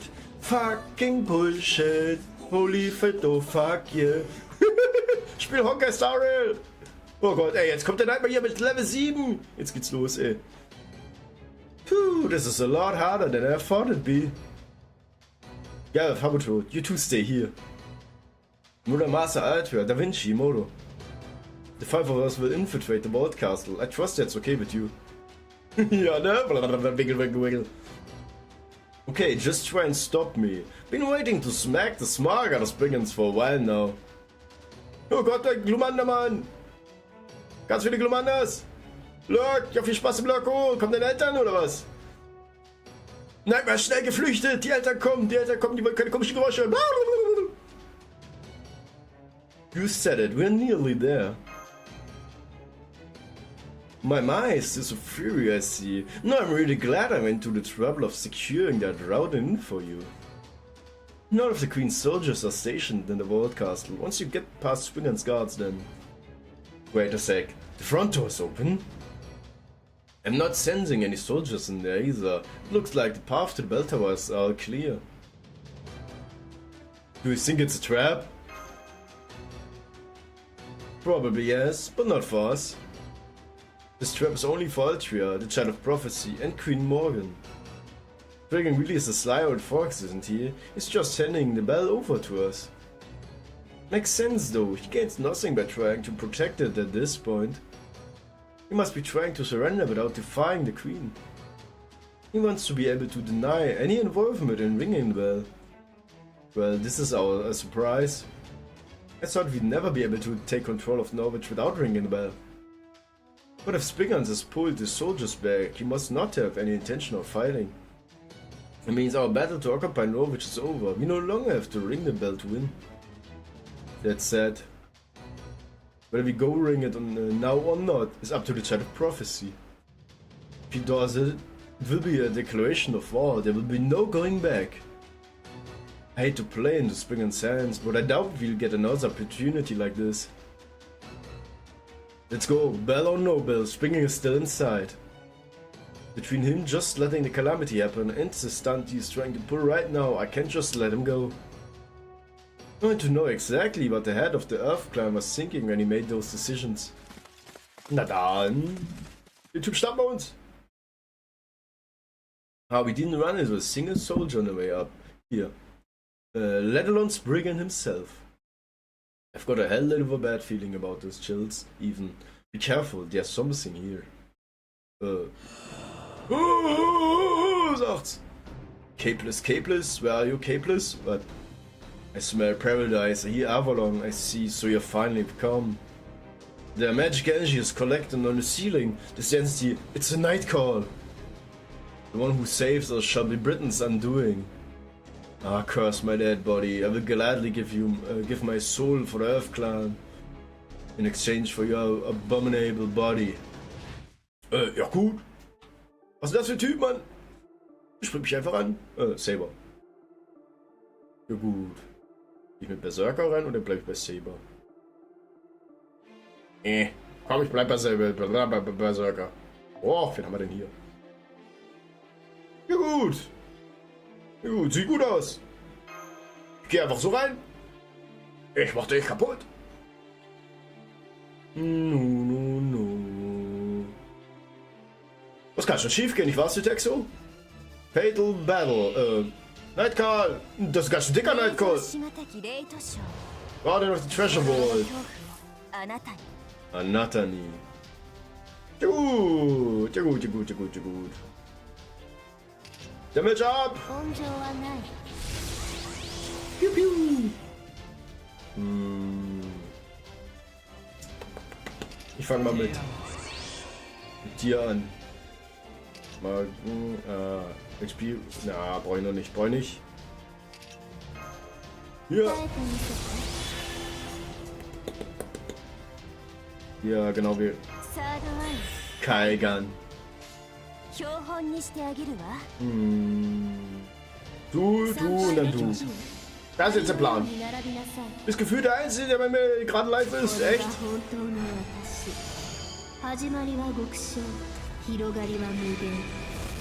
Ja, gut, ich achte noch nicht so wirklich drauf, ne? Legen Shigara Quasar.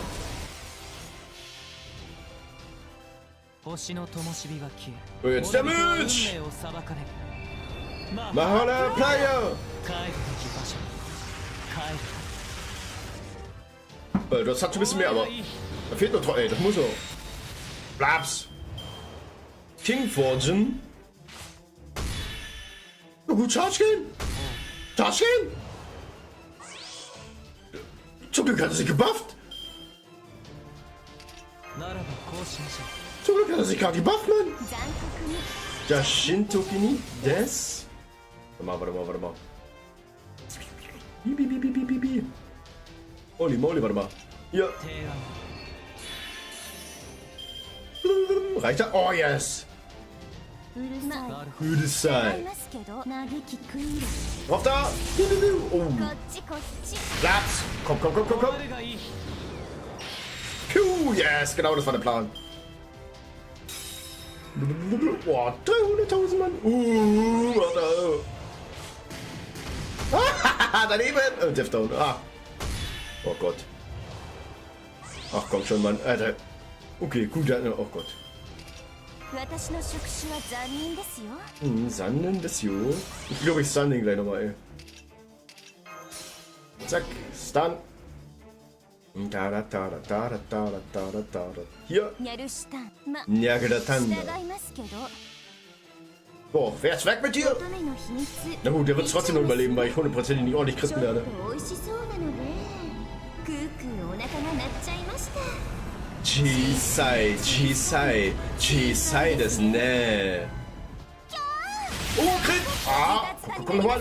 Yes! Oh, ich liebe es. Biene. Ich liebe es, meine Crits, Mann, und... Da. Hör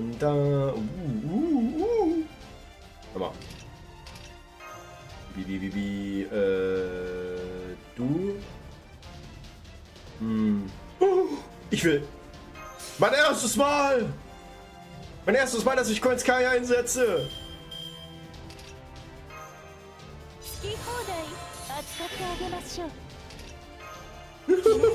Buff! Oh Gott, hier hat der riesen Schwanz, Mann! Naruhodo. Und? Das hat weh! Vor allem, der Schwanz ist teilweise auch hier Umhang, Mann. Das ist ja richtig krass. Der Design ist auch richtig krass. Das ist das erste Mal, dass ich Coins Kai mal rausgeholt habe. Das tat gleich jetzt zu weh. Tschüss. Mach die weg. Ringelingeling und so. It's gone. That night call must have been here for a very long time. Didn't exactly go peacefully though. Hope you're at least resting now, old one. Anyway, that seems to take care of the last obstacle in our path. All that's left to do now is ring the bell. Ja, wow, das war so klar. Well done indeed. I must thank you for the finally ridding the bell tower of the ghost that's been haunting it for the last century. Now that is what I call a swift resolution. It was the finest thing I've seen since I first set foot in Fairy Britain. Once again, your power leaves me at the loss for words. Der Dreckstyp, Mann, der sich verpissen. Ich mach dich kaputt. Bling. Oh wow, kein Kampf. Ich hätte gerne ein bisschen grün und blau geprügelt, ne?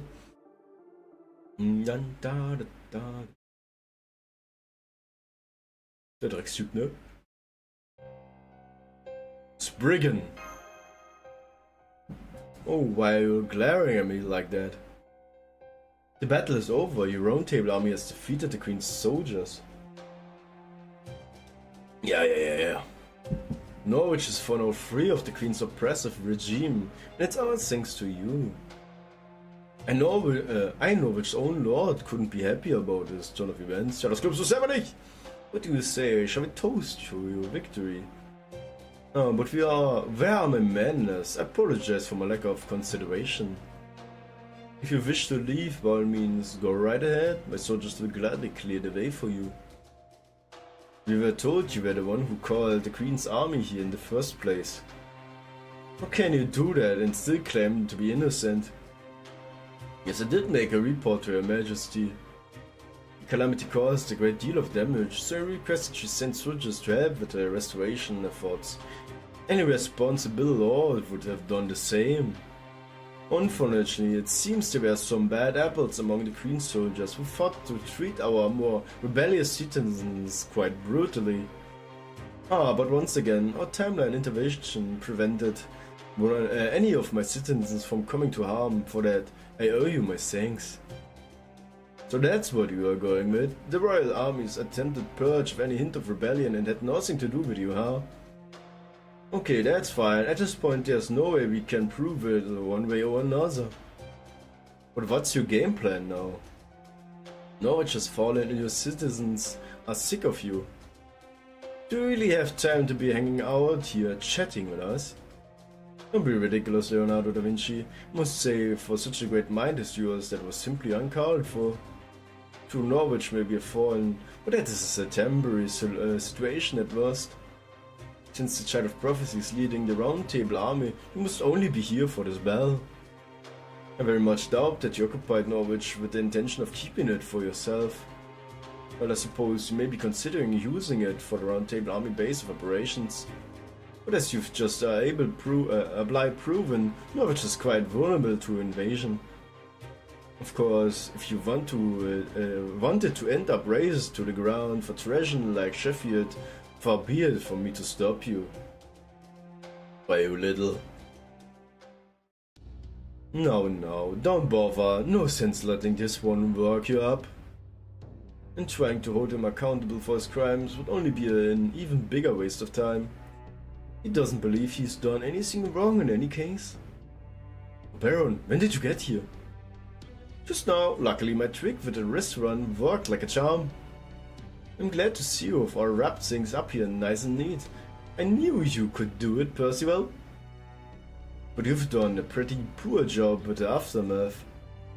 If you were going to kill Spriggan, it should have been during the chaos of battle. Now it's too late. It would be one thing if you wanted to get rid of Norwich, but you'd never do that, would you? Get rid of Norwich?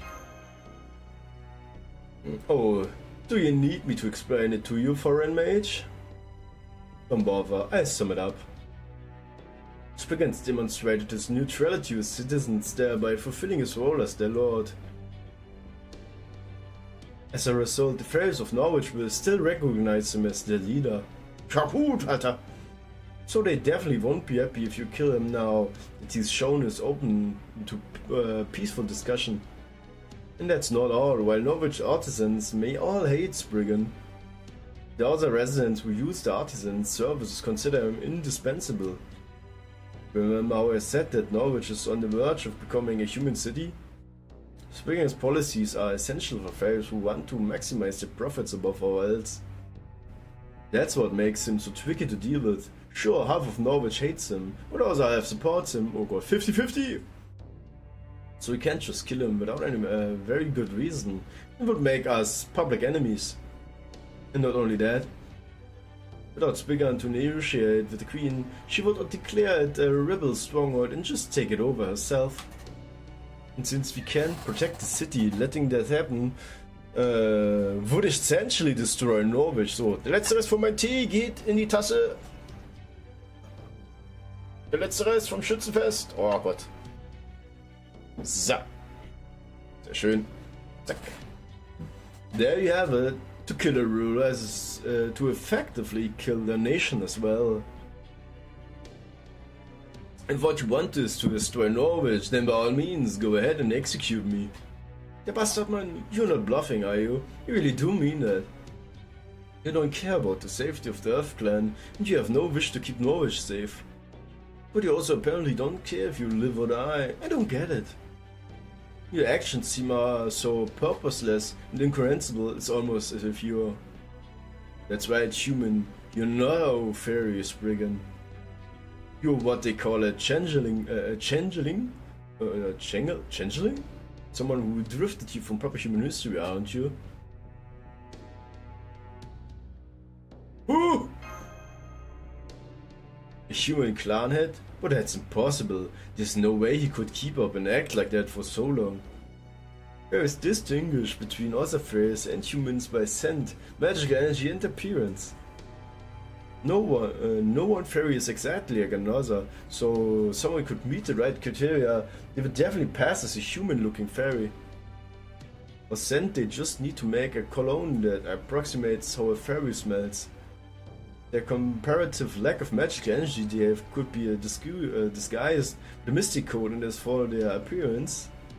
Yeah, his ears look like a fairy ears, but that aside from that... Humans can have their extremities surgically modified without many negative side effects, so that's no big surprise. What I want to know is how you solve the aging problem. You've been Norwich's lord for 100 years now, and makeup can only do so much to make you look younger. I'm afraid to ask what you look like under all of that. I don't have the slightest idea what you're talking about, however. Let's say, just for the sake of argument, that I came from the same world as Lady Modo there. If I did, surely you could imagine something I might want. I have no attachment to Britain, the fairies, or the Queen, nor can I go back to my old home at this point. Indeed, I can never go back to being John Smith, the human, if I wanted to. No, all I care about is place you can call home. That's not exactly right, but you're not far off either. Personally, I don't care who sits on the throne, Queen Child of Prophecy, whoever. It's all the same to me. All I care about is keeping this walled castle safe. My role as the Lord of Norwich is only a means to that end. One of the tricks to survival is serving someone stronger than you. Right now that means working for the Queen, but depending on what you do next, that could easily change. You see, he's the most annoying kind of person to deal with. He's neither friend nor foe. But never mind him, Norwich never had much in the way of military. Once we ring the bell, we won't need to come back here again. Springer's private soldiers are just that, private soldiers. I can't imagine they'd ever be a threat to the Round Table Army. Right, you are. No, do you understand what makes me tick? If you think I'm not worth killing, that's fine with me. Very well then, this jester will go ahead and remove himself to the corner. If you wish to ring the bell of pilgrimage, please be my guest. Oh Gott, wisst ihr, was mich an das gerade erinnert zu Texo? Do you wish to ring the bell? Kannst du dich daran erinnern? Nope, und dann Haha, you're gonna regret that. sagt dir das was zu Texo? Sagt dir das was? Still, I will say that, jest or not, I do have hopes and dreams of my own. I doubt I have much longer to live, so I hope I get to see the Child of Prophecy defeat the Queen before my time is up. Gut. Okay, now that's settled. Let's get to the main event. Are you ready to do this, Adria? Viel Spaß im Lucky! Salisbury, Gloucester, Norwich, and Londinium. Salisbury, the city of wind, where humans and fairies coexist. Gloucester, the city of flowers that glitters bright but hollow. Norwich, the city of smiths, where all kinds of fairies and humans compete, swindle, and help one another. And Londinium, the city of ruins, where everyone smiles and cares for us despite all the pain and loss they've suffered. 16 years, the time I spent as a Child of Prophecy in Tintigel. Wir gucken doch gesagt, schön Ruhe zu. Okay, I'm going to ring the bell. Don't worry, I already know how. Stand back, everyone. Ling-a-ling-a-ling. Let's go.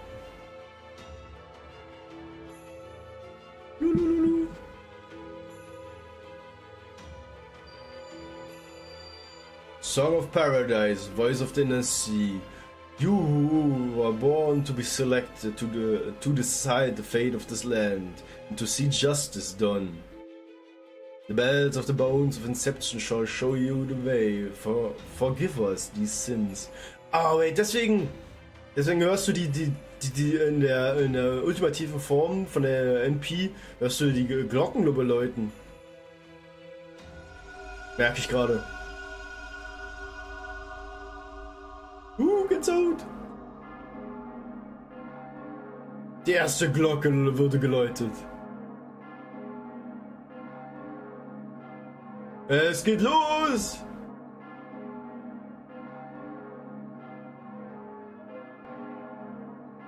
Is it noon already? Seems a bit early for that. Maybe it's not the usual cathedral bell. I wonder what it is then. It sounds weirdly happy and sad at the same time. Yep, da sind die Glocken der Prophezeiung. My chest feels tight, with a nostalgic sound. Is that the bell of pilgrimage, Lady Aurora? Yes, it is. It must be Norwich's bell, meaning the Earth Clan has accepted her. Looks like your plan worked, the bell run, though I do feel a little bad about tricking Woodwoos. Congratulations, Altria. Thank you, Imoto. Now at long last, we can finally take the next steps forward. Let's go!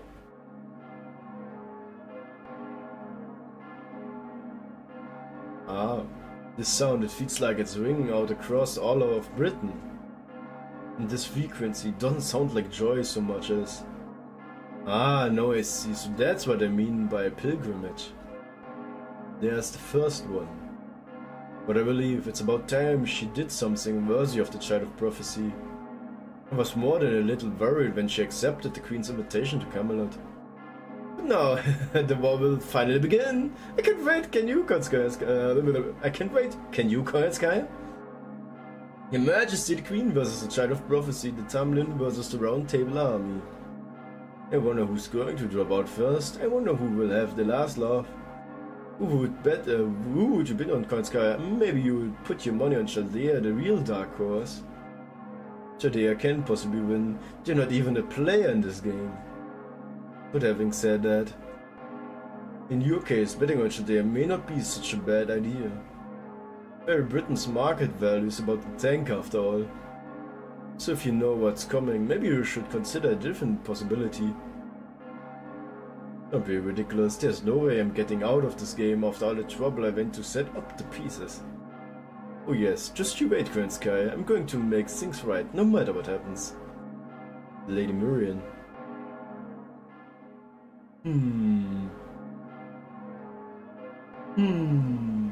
Bei wem sind wir jetzt? Ah! Ha! So that's what a Bell of Pilgrimage sounds like. It doesn't much do for my soul. Well, it's good Norwich is out of the picture. About time she finally got serious. Anyone worth doing a rival should have no trouble at all ringing a bell or two. Let's go! Bam bam. Oh, Morgan. What an ominous sound. Is that one of the bells of pilgrimage? What happened to the soldiers we sent to Norwich? What is Lord Spriggan saying about this? It's a Child of Prophecy. She banded allied with the Round Table Army and invaded Norwich. What was Woodfuss doing? But I'm so befluttered. How could he let the Round Table Army make a move while he was in Oxford? Larry God was right. We should have captured and killed her when we had the chance. Blaps! Order, order. 30 ambassadors, 100 officials, close your mouths. High Queen Morgan is about to speak. Hear words and obey.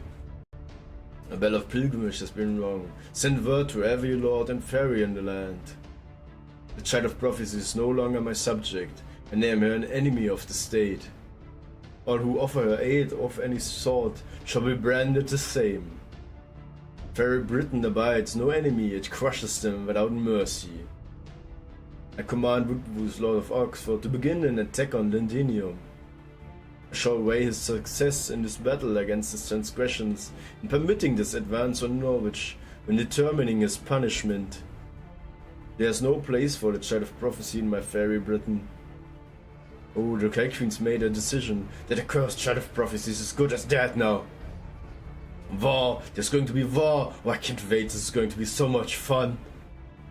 I've been bored out of my mind these last 100 years. Now I get to hear the lower class fairies riding in agony again. Oh god, thank you, Child of Prophecy. Thank you, Round Table Army. Thank you for starting a bloodbath. Alter, die Dreckstypen, ne?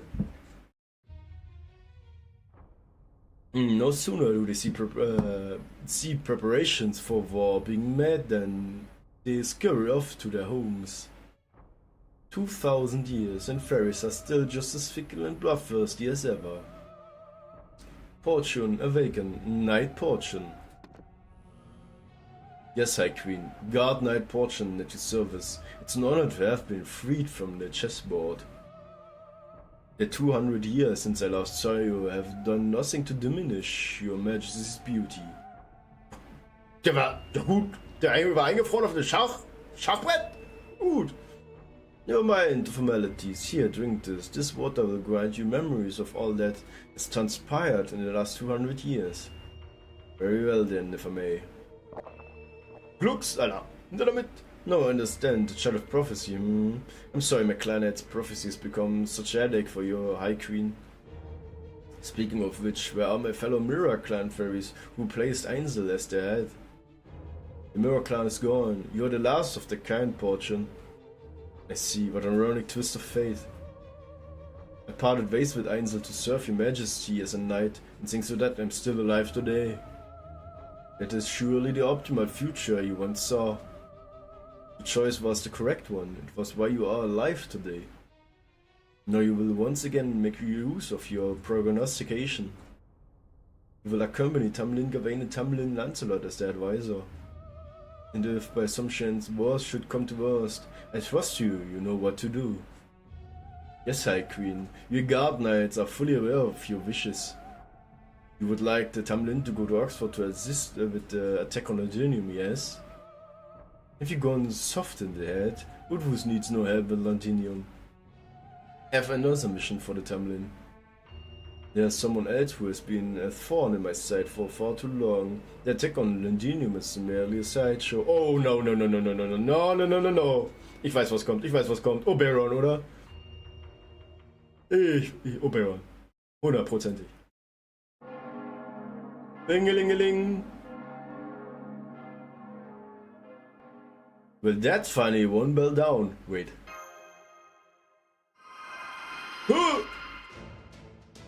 Atria? Oh, what's going on? Why am I glowing so much? Ja, das würde ich auch gerne wissen. She must be burning up. Water. We need water. Was? I mean, can't you whip up some fast-acting coolant or something? Burn up me might have been able to, but me? No way.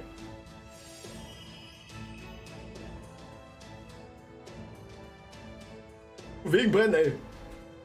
What was that? Ja, ne, das ist meine Frage. Oh, sorry for panicking there. The prophecy never said anything about that.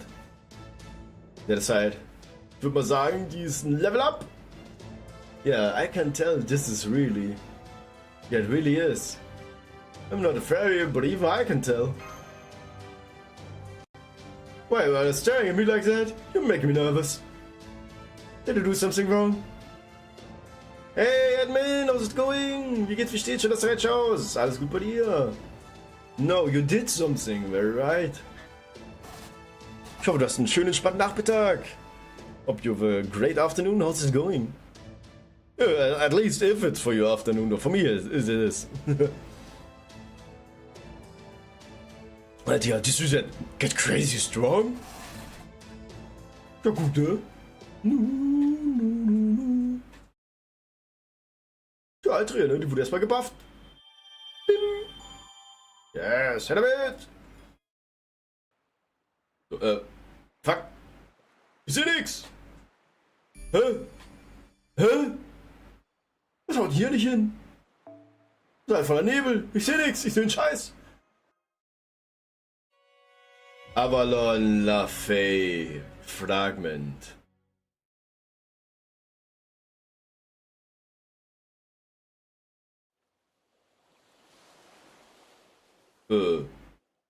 Ja gut. Blinky blinky. Blaps. My body's tingling all over. What happened to... Oh. She's awake. Habe tot Nummer 2. Look, Ask. The weird girl with even weirder iron armor finally woke up. She's gotta be an evil fairy. Can I kill her? Can I? Habe tot, you're right. Thank goodness, I was worried that huge lightning bolt might have burned Norwich to the ground. Norwich? What the heck is Norwich? Is that the name of the forest you came from? Fuck. Es gibt eine zweite Seite? Oh, a beach? Where did Norwich go? Where's Senpai and Altria? What's going on, Habetrot? What happened to Norwich? I don't know any Norwich. You quite calling me that. That's not my name. I'm Totorot. Tamlin Totorot, and don't you forget it. Totorot? You mean you aren't Happy Cat? Happy Cat? I don't know what it is, but I love it. That's way better than Grammar Kids yapping. Oh, jetzt geht's los. Ask. You've got to see this girl. She's amazing. I don't know what she's talking about, but everything she says is amazing. She's got to be a mage just like you. Was the hell, man? Coming, Totorot. Please stop just calling everything you've not seen before Magecraft, would you? Oh, das ist Ask. Das ist die zweite Form von Altria. Hello there, nice to meet you. I'm Ask. This is Totorot. Welcome to Britain, the Isle of Fairies. Would you be so kind as to tell us your name? It must be fate that brought us together here. We'd be happy to help you if you like. Vergangenheit? Thank you, my name is Mash Queerlight. Are you Asked Savior? Oh, so you know about me. I'm from Londinium then. I'm sure I'd remember seeing a fairy as strong as you though. I'm sure I sense an incredibly powerful spell similar to an infinity mirror out here on the east coast. Oh, are you a northern fairy perhaps? Did you mess up the teleportation and end up out here in the middle of nowhere? A northern fairy? So she's one of Queen Map's people, even though she's so cute? That'd make her our enemy. Can I ask? Of course not, please shut her up. Just be quiet a moment. Why don't you come with us, Mash? We should leave before Morse begins showing up anyway. Come on, our camp is over there in the woods. It'll be much safer to target there. And so we begin the new story, or as a continued previous one. When Mash rushed into protecting mode in Altia, she was snatched away by Morgan's water mirror. After a moment of darkness, she awoke to find herself on an unfamiliar beach, surrounded by a blindingly thick fog and the crashing of waves. On the northern horizon, she could see a tree of emptiness stretching high into the clouds, as if it were holding up the very sky. The fairies only knew it as the World Tree though. Yo, ist die Vergangenheit! But what surprised her more than anything was, there's no wall here, no signs of the Wall of Light that used to cover all of Britain anywhere. Das ist Originale?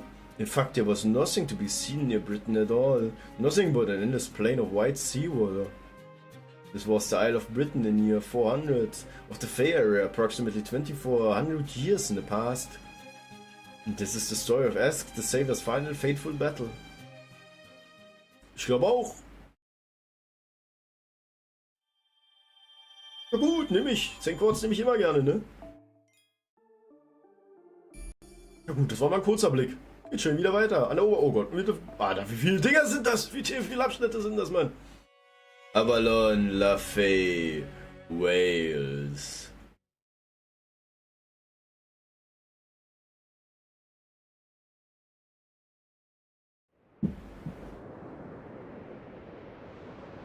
Oh, ein bisschen windig, ja?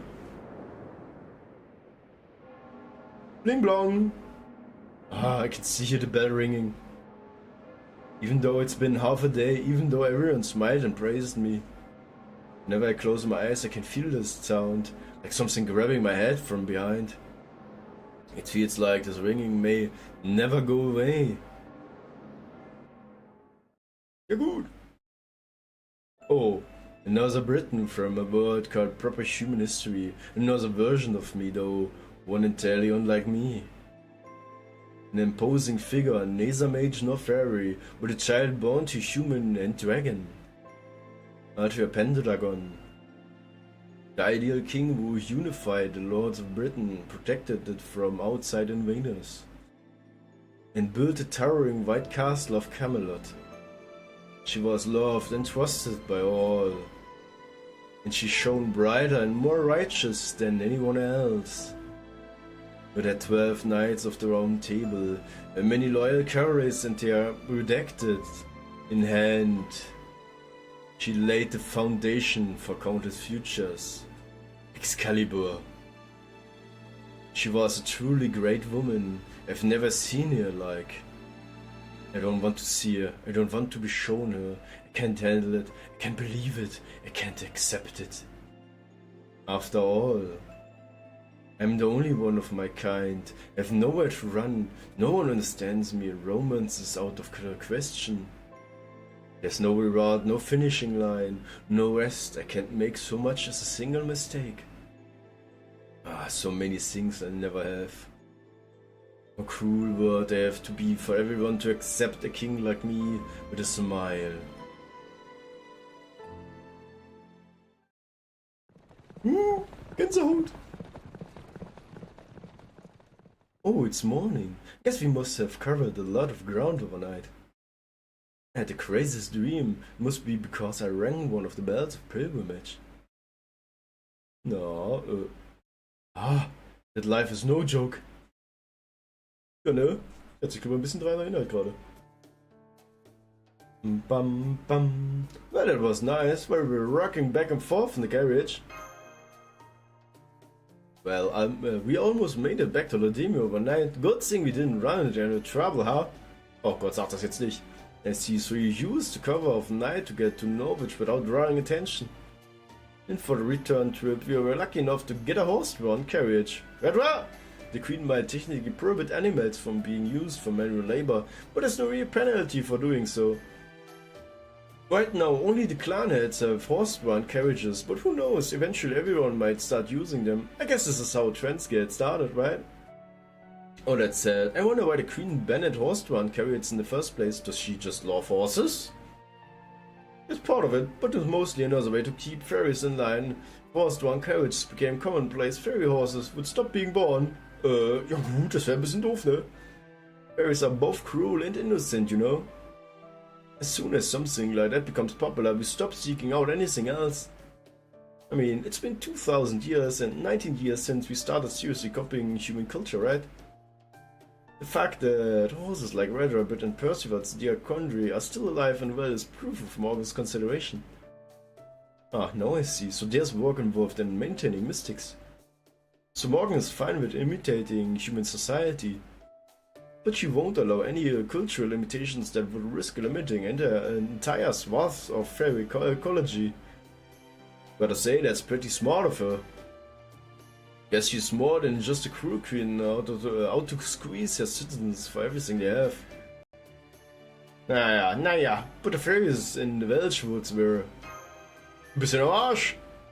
Great point, the Queen doesn't actually care about the fairies' future at all. Yep, das ist eher mehr die Menschkraft, die liefern können, ne? Oh, Baron, also für die Tax, ne? Also für die Steuer. Remember the face you all met in my domain, the Welsh woods? It's the one place in Britain with autumn leaves. Fairies who fled there are weak.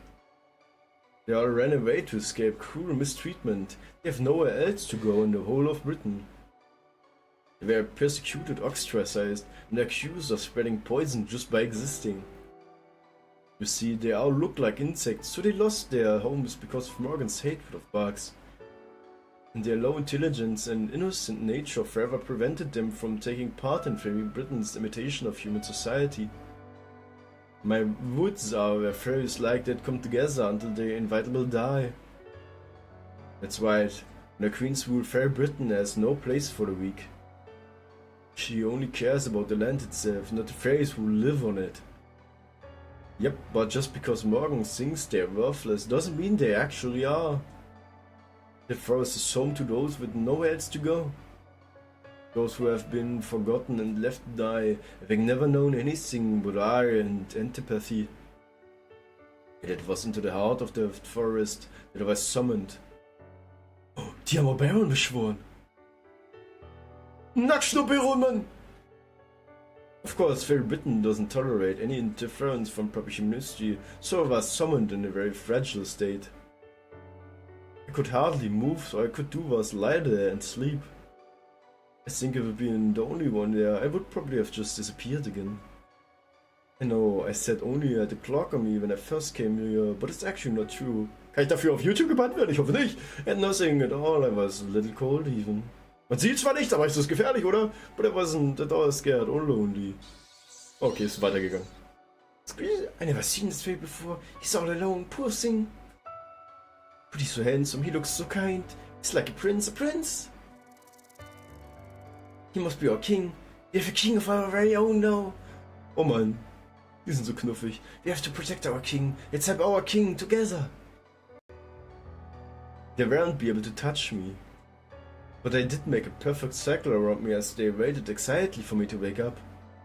You know how just knowing someone is cheering for you can give you the strength to go on? There you go.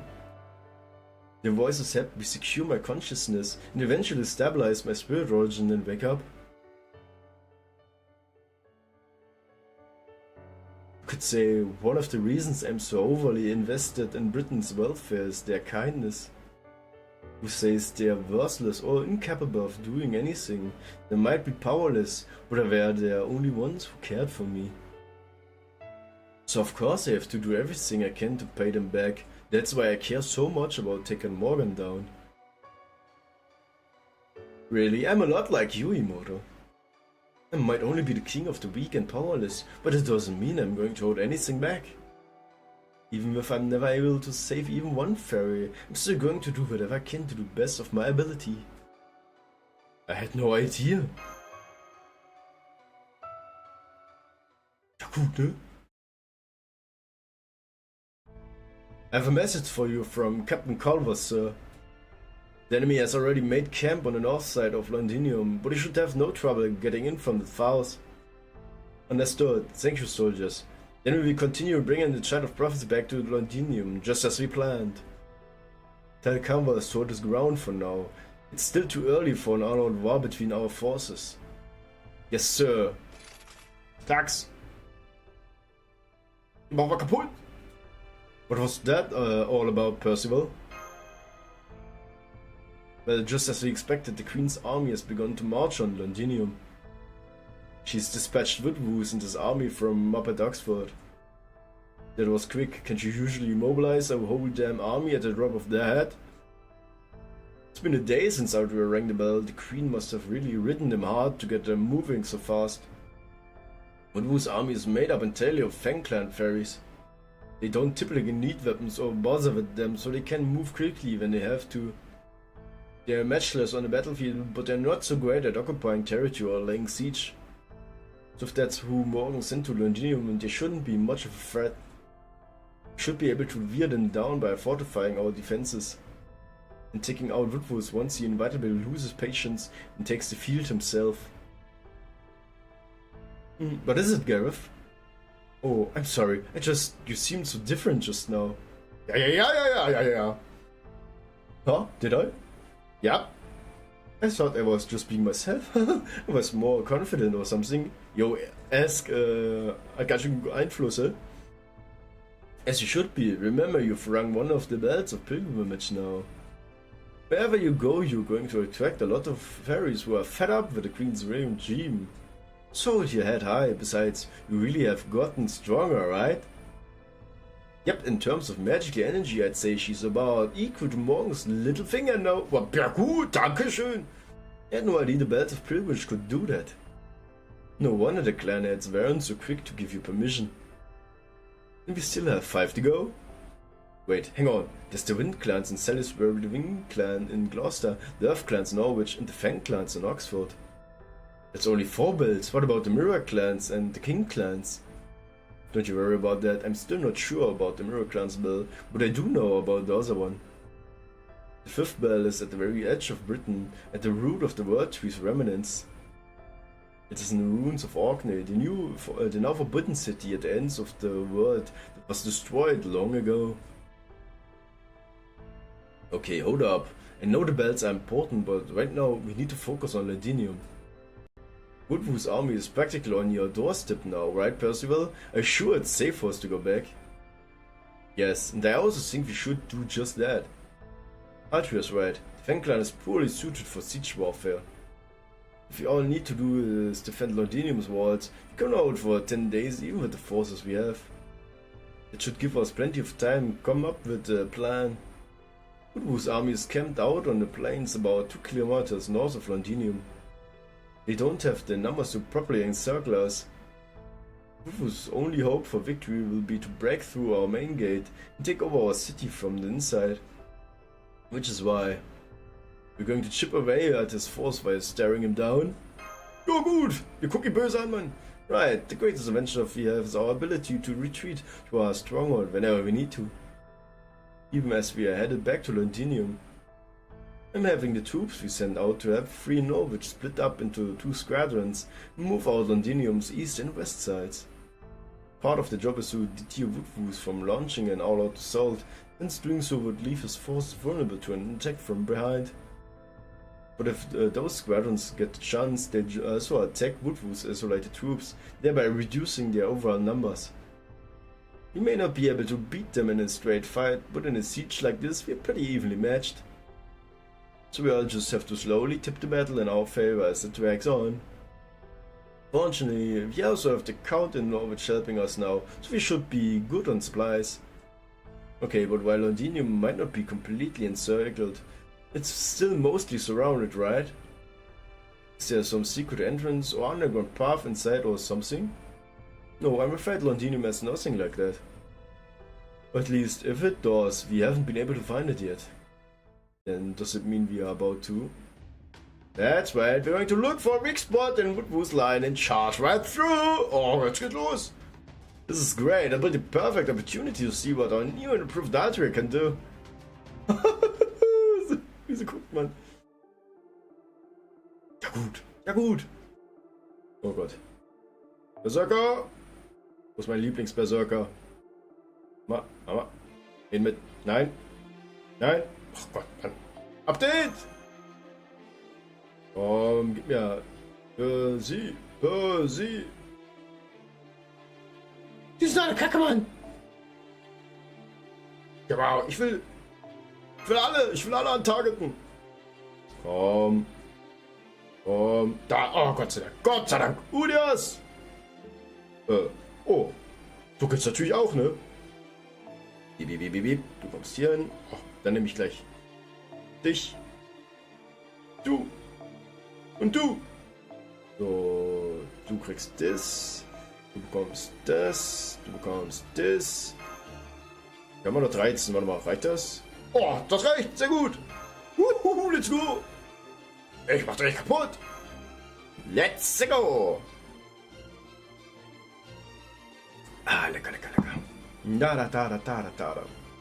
Into battle we go. Sind wieder 6 Typen, Mann. Ich weiß, was ich mache. Ich weiß. Mach Ulti. Ich Ulti, dann können wir alle mit immer wegkritten. Das ist der Plan. Mr. Das ist der große Plan. So, der hat am meisten Lebenspunkte. Ja.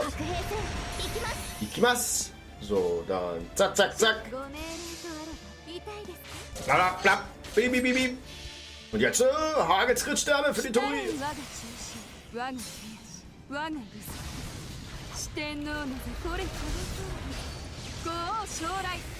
Tenmo Taikai. Tschüss. Bam. Zack. Da kommen sie ran. 51 Stück.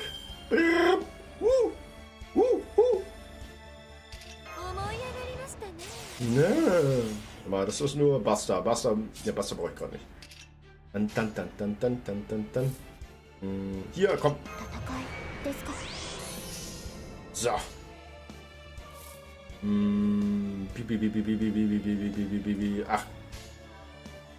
Hier, wir fangen. Doch, warte. Ich fange mit Arzt an. Arzt! Ja, danach. Der Arzt. Was da? Und let's go! Weg damit! Arzt! Komm, reich! Nein! 1000 nur noch! Die Ratte, Mann! Der gerade so überlebt hier so! Die miese kleine Ratte, Mann!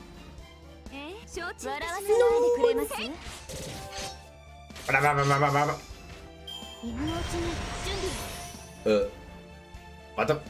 Hä? Ach, das ist eine neue Fähigkeit gewesen, oder was? Oh, ich sehe gerade was Lustiges.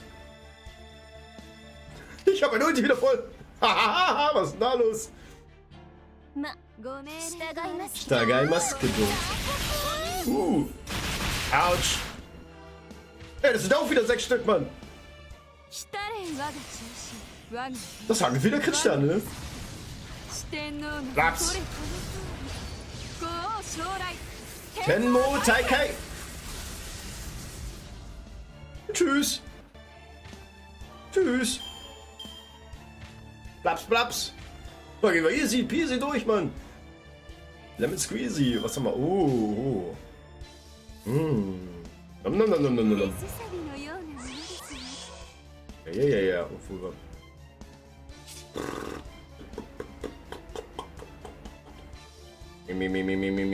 Komm.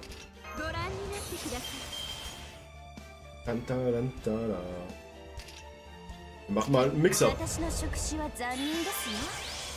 Wir müssen eigentlich...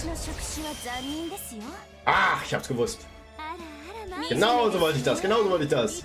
100% Qualität. Tschüss. こっちこっち Slaps. Und tschüss. Ada, ada, Mama.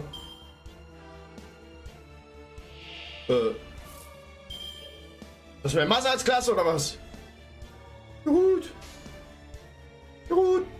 Also ich habe mit allem gerechnet, aber nicht, dass das jetzt einfach nur dass ich mit Soldaten zugespammt werde. ビビゲ Bibi Ghetto. ーいい鳴き声 最高です.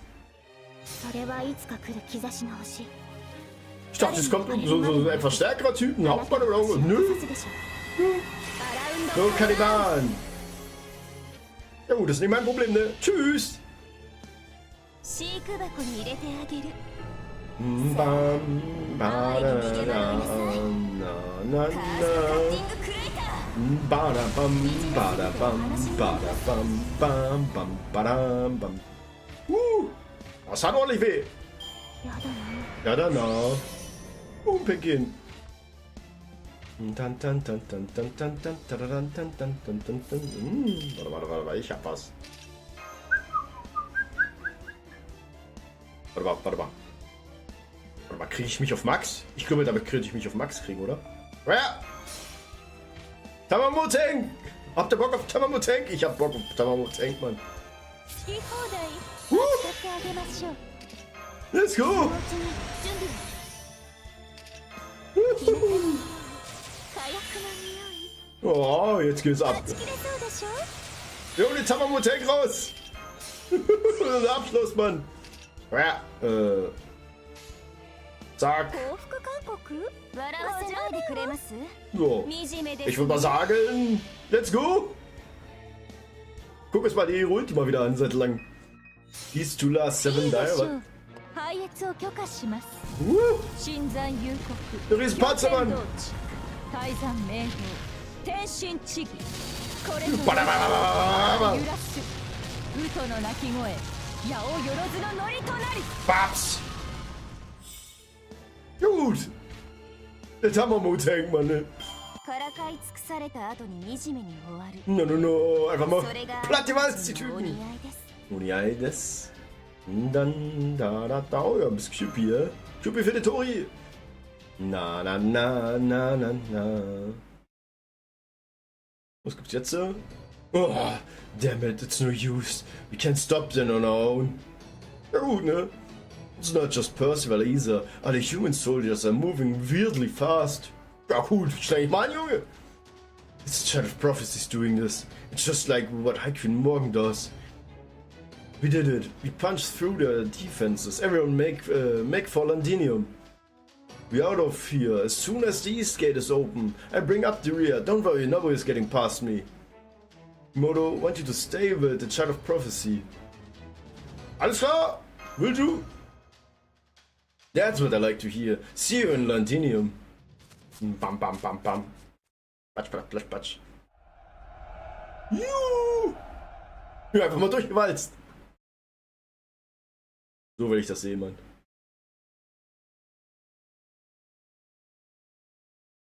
Ja, schicker Sternenhimmel. Jetzt sieht gleich mal die Nacht gedreht. It took a few small skirmishes to get here, but we made it back nearly unscathed. I'd say we'd won the battle today. Great work, everyone. You too, Percival. I gotta say, they still have the advantage of numbers, and the longer this battle drags on, the more likely they are to get reinforcements from Camelot. We can't just lurk in our hideout or a hidey hole forever. We need to be looking for chances to take the fight to them. That can wait until we have more soldiers of our own to work with, like the ones the Count's sending along with the supplies. By this time tomorrow we should have a good number of rebels from Norwich to help us. That's when we strike at Woodwoo's headquarters. We can settle this all at once while our enemy's guard is down. Yes, that's the idea, which is all the more reason for us to rest and be occupied now.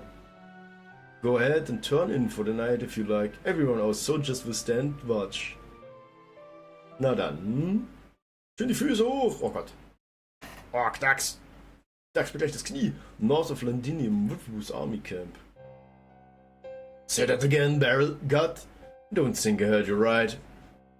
Did you really just forbade me from going into battle? You want me to refrain from attacking Lord Demon directly? High-Queen Morgan would never say anything like that. Don't you lie to me, you filthy human. You think just because the High Queen's taken a liking to you, you can dishonor me and my army? Whoa, easy there, Woodwoos. I'm not so big on this planet, okay? If you ask me, this is a great opportunity to demolish that castle while we have all the rebels in one place. I mean, this is obviously a terrible move, right? I can't blame you for having issue with it. So about it, buddy, why don't you tell me what you really think of the High Queen? I'd be more than happy to pass it along to her when I get back to Camelot. Oh, I think that's a great idea. I'd love to hear Mother's reaction to that. Go on, Phobel, bark for us. If you got something to say to Mother, let's hear it. Hey, is it true Aurora played you like a fiddle in your own restaurant? While shit was going down in Norwich? Oh, you're rude. No wonder I'm so sick of you. Can't blame her for forbidding you to fight until you shape up. You know, you're the only one who's ever made her cross like that. Who knows what you get up with to without some oversight. Don't you talk to me like that, you little... Lord Woodwoos, you have every right to be upset, but please try to control yourself. I know, I'm well aware. I won't repeat Bogart's mistake. If that is the High Queen's command, I'm of course happy to comply. Fang Clan have always been High Queen Morgan's loyal retainers, and nothing like the Earth Clan always dancing to Swiggan's tune. Very well then, if they want to hide in their castle, I can play along a while. I'm delighted that Her Majesty has entrusted me with eradicting both the Child of Prophecy and the Round Table Army. Of course, I have no objections. But that being said, should the Round Table Army attack us, all bets off? I trust you understand that if it happens we will have to meet them in the field. You bet, buddy, believe me, that's what I prefer too. But I can't lend you Tristan, okay? She's my personal bodyguard. If things start getting serious, I've been counting on you guys to massacre the Round Table Army by yourselves. But hey, you can pull that off, right? You might be getting old, but you're still the head of the Fang Clan. Don't be ridiculous, I don't even need to go after them myself. My elite soldiers will be more than enough. Neither the Child of Prophecy nor the Foreign Mage pose any real threat. The only problem is that cheeky brat Percival, who managed to put up a good fight against Lancelot. Lurk, bin back, ja wie Bill! Und wieder zurück den Lurk. Ja, ey!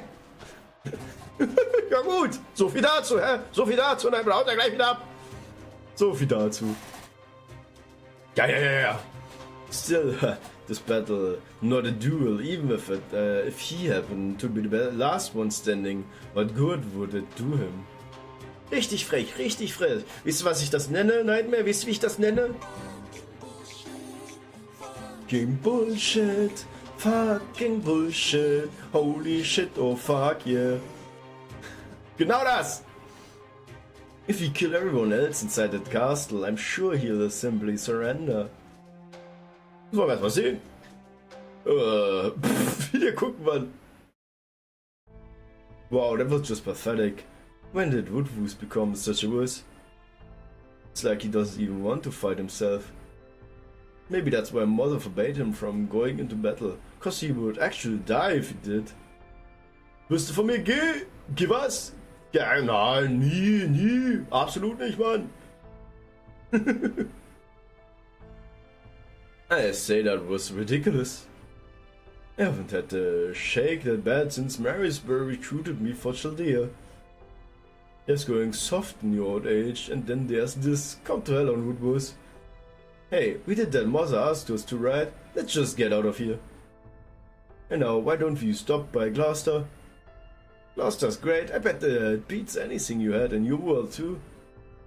We can go to the Count's restaurant together, and after that we can try, right, robbing a bank! Yahoo, robbing a bank, man! Maybe some other time, when I've got nothing better to do. What? So you're busy now? I'm not. I'm bored out of my skull. Well, it's just that something's nagging at me about Morgan's orders. Do not let Woodwoos fight, huh? You know, depending on how you look at it, it could mean the exact opposite. Opposite? How? Let's stick around for just a little longer, Lady Spinel. If everything works out like I think it might, we should be in for a pretty spectacular show. Ja dann, da bin ich mal richtig gespannt hier. Ja, zeig mal her, mal sehen, wie weit wir noch kommen. Londinium! Babs, gut, ach gut, Silber, rein damit! Nom nom nom nom. Silberner lecker Apfel. So, warte mal, Formation Restricted. PPP, 2 NPC-Servants. Ja, Jameson, ja. Du kommst da rein, du kommst da.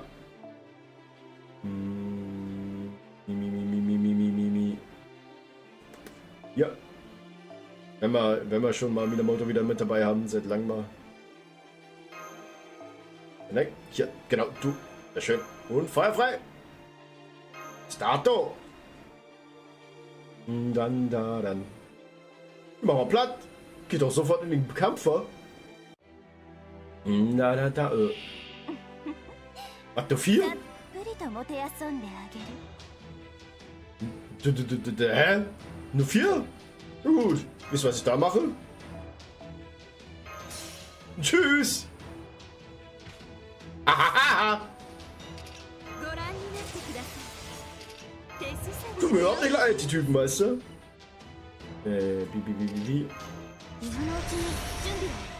Ja, hier. Stop! Ja, Damage brauche ich eigentlich gerade, oder? Ach, komm hier drauf! Der geile Disco.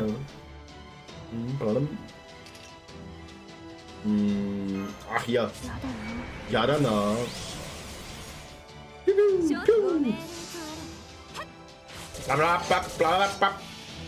Und bye bye!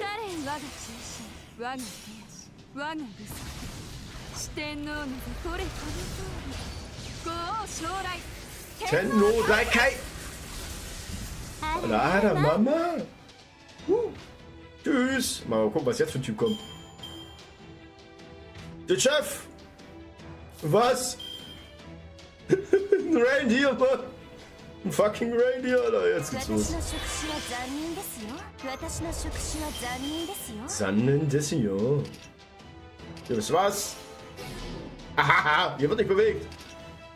So.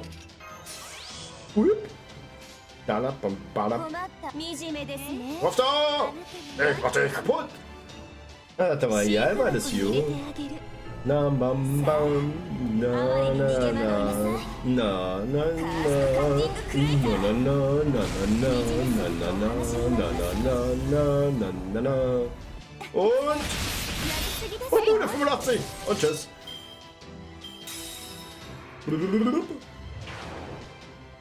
Wow, er hat sich echt minus. Wow, ich hab 17. Ich hab nur 17, Mann. Na egal. Drauf da! Plaps! Yes! Oh, Plaps! Oh, okay, reicht nicht. Wäre zu schön gewesen, wenn das sofort instant gereicht hätte. Beul und Grill, Alter, ja. Ikimas! Der Typ ist eh meiner. Kann er machen, was er will. Tick, Tick und Trick. Tick, Tick und Trick.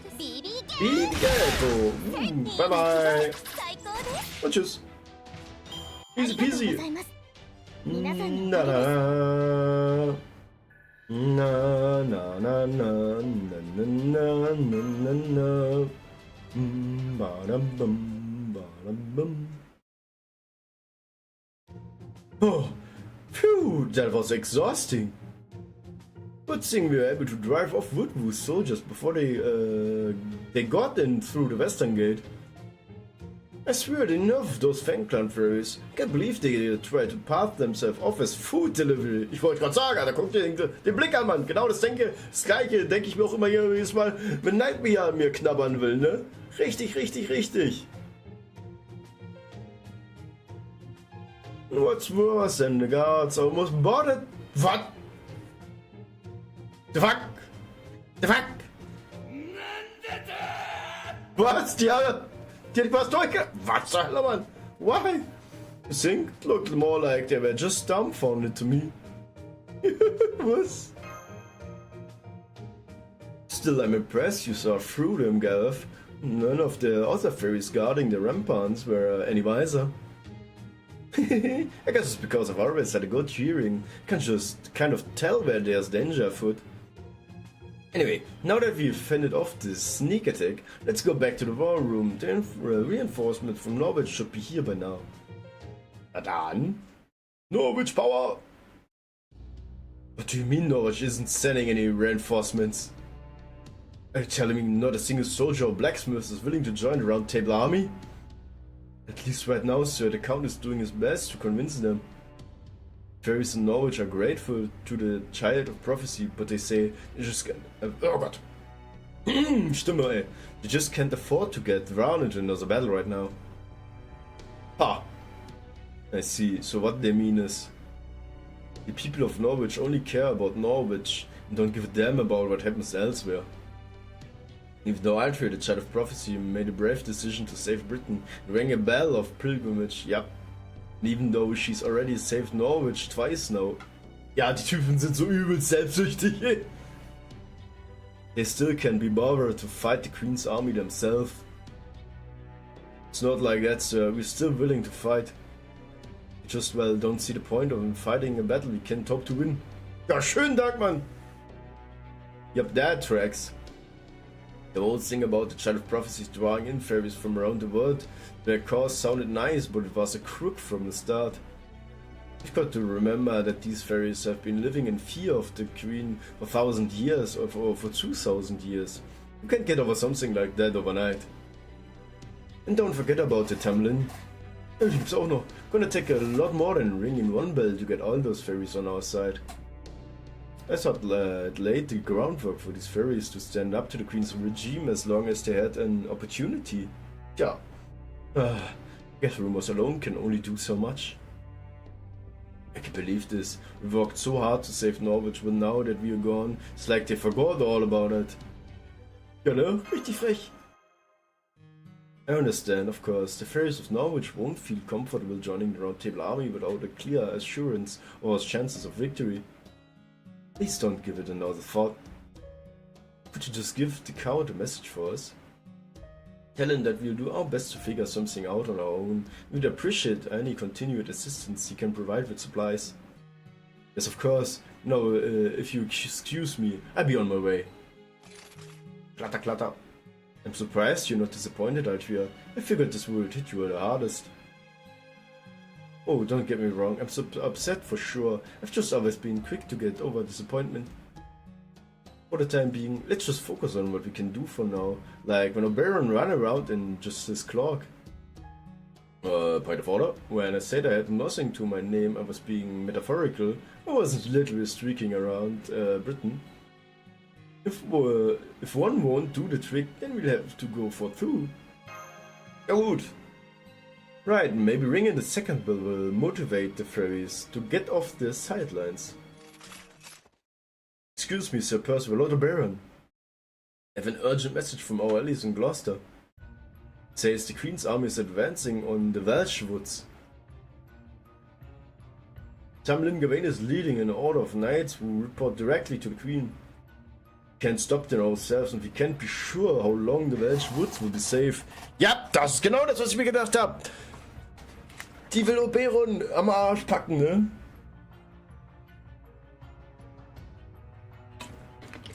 Vor allem die fucking kleinen Viecher, die haben dir überhaupt nichts getan, ne? Die haben dir überhaupt nichts getan. Die olle Socke. Please send aid, ASAP. ASAP! I'm sorry, but I have to go. I'm sure you can handle things here, Percival. Plops! Oberon, wait, there's no point going alone. Plop!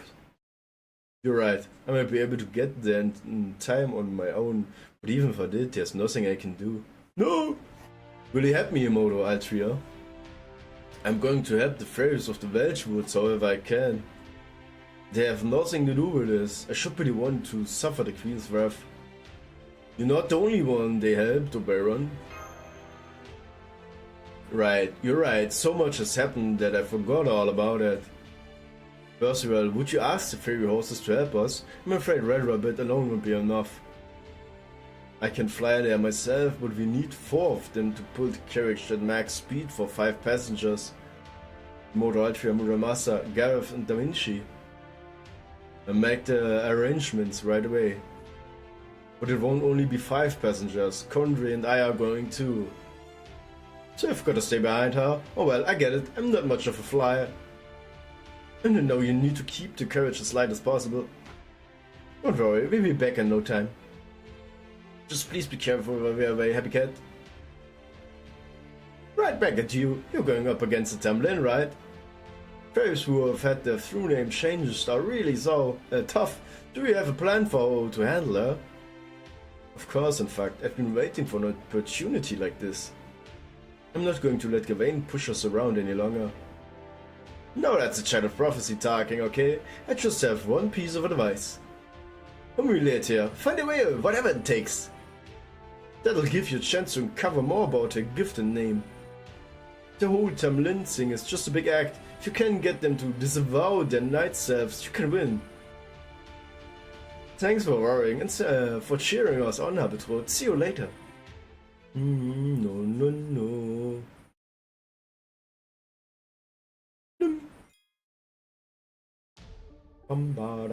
So, jetzt will ich mal kurz gucken, was wie viel aus das Kampf. Ja, oh Gott, das wird wahrscheinlich auch zu lange. Ich denke mal, das ist der perfekte Punkt. Aber wir gucken nochmal hier in unsere Limited Time. Was gibt's? Oh. Oh. Gott. Gimme.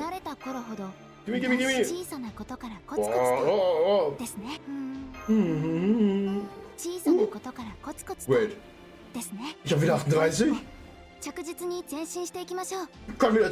kann wieder Zug machen. Ist das etwa... Warte.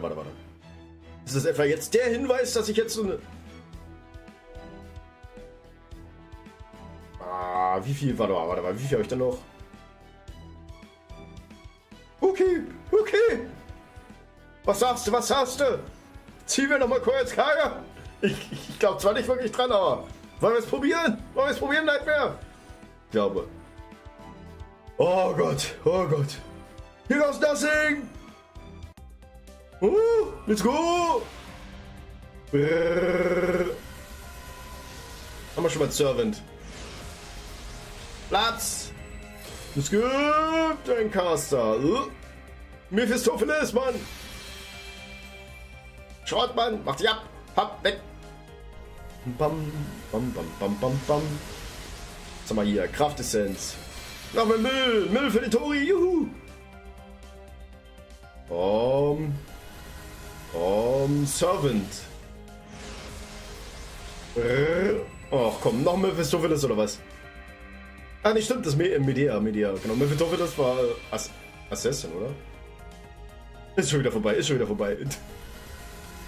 Es gibt eine Kraftessenz. Elixir of Love. Ich glaube, das müssen wir an Netzwerk drücken. Kann das sein? So, was gibt's jetzt? Es gibt einen Servant. Berserker. Darius. Flaps. Komm, bitte keine Kraftessenzkarten mehr. Großartig. Ich hasse die Kraftessenzkarten, die es mir mal in den Kopf feuert. Oh Gott sei Dank, wir haben noch keine 4-Sterne-Karte gekriegt, ne? Wir haben noch keine garantierte 4-Sterne-Karte gekriegt. Komm. Immer noch keine 4 Sterne. Wir könnten Glück haben. Komm schon.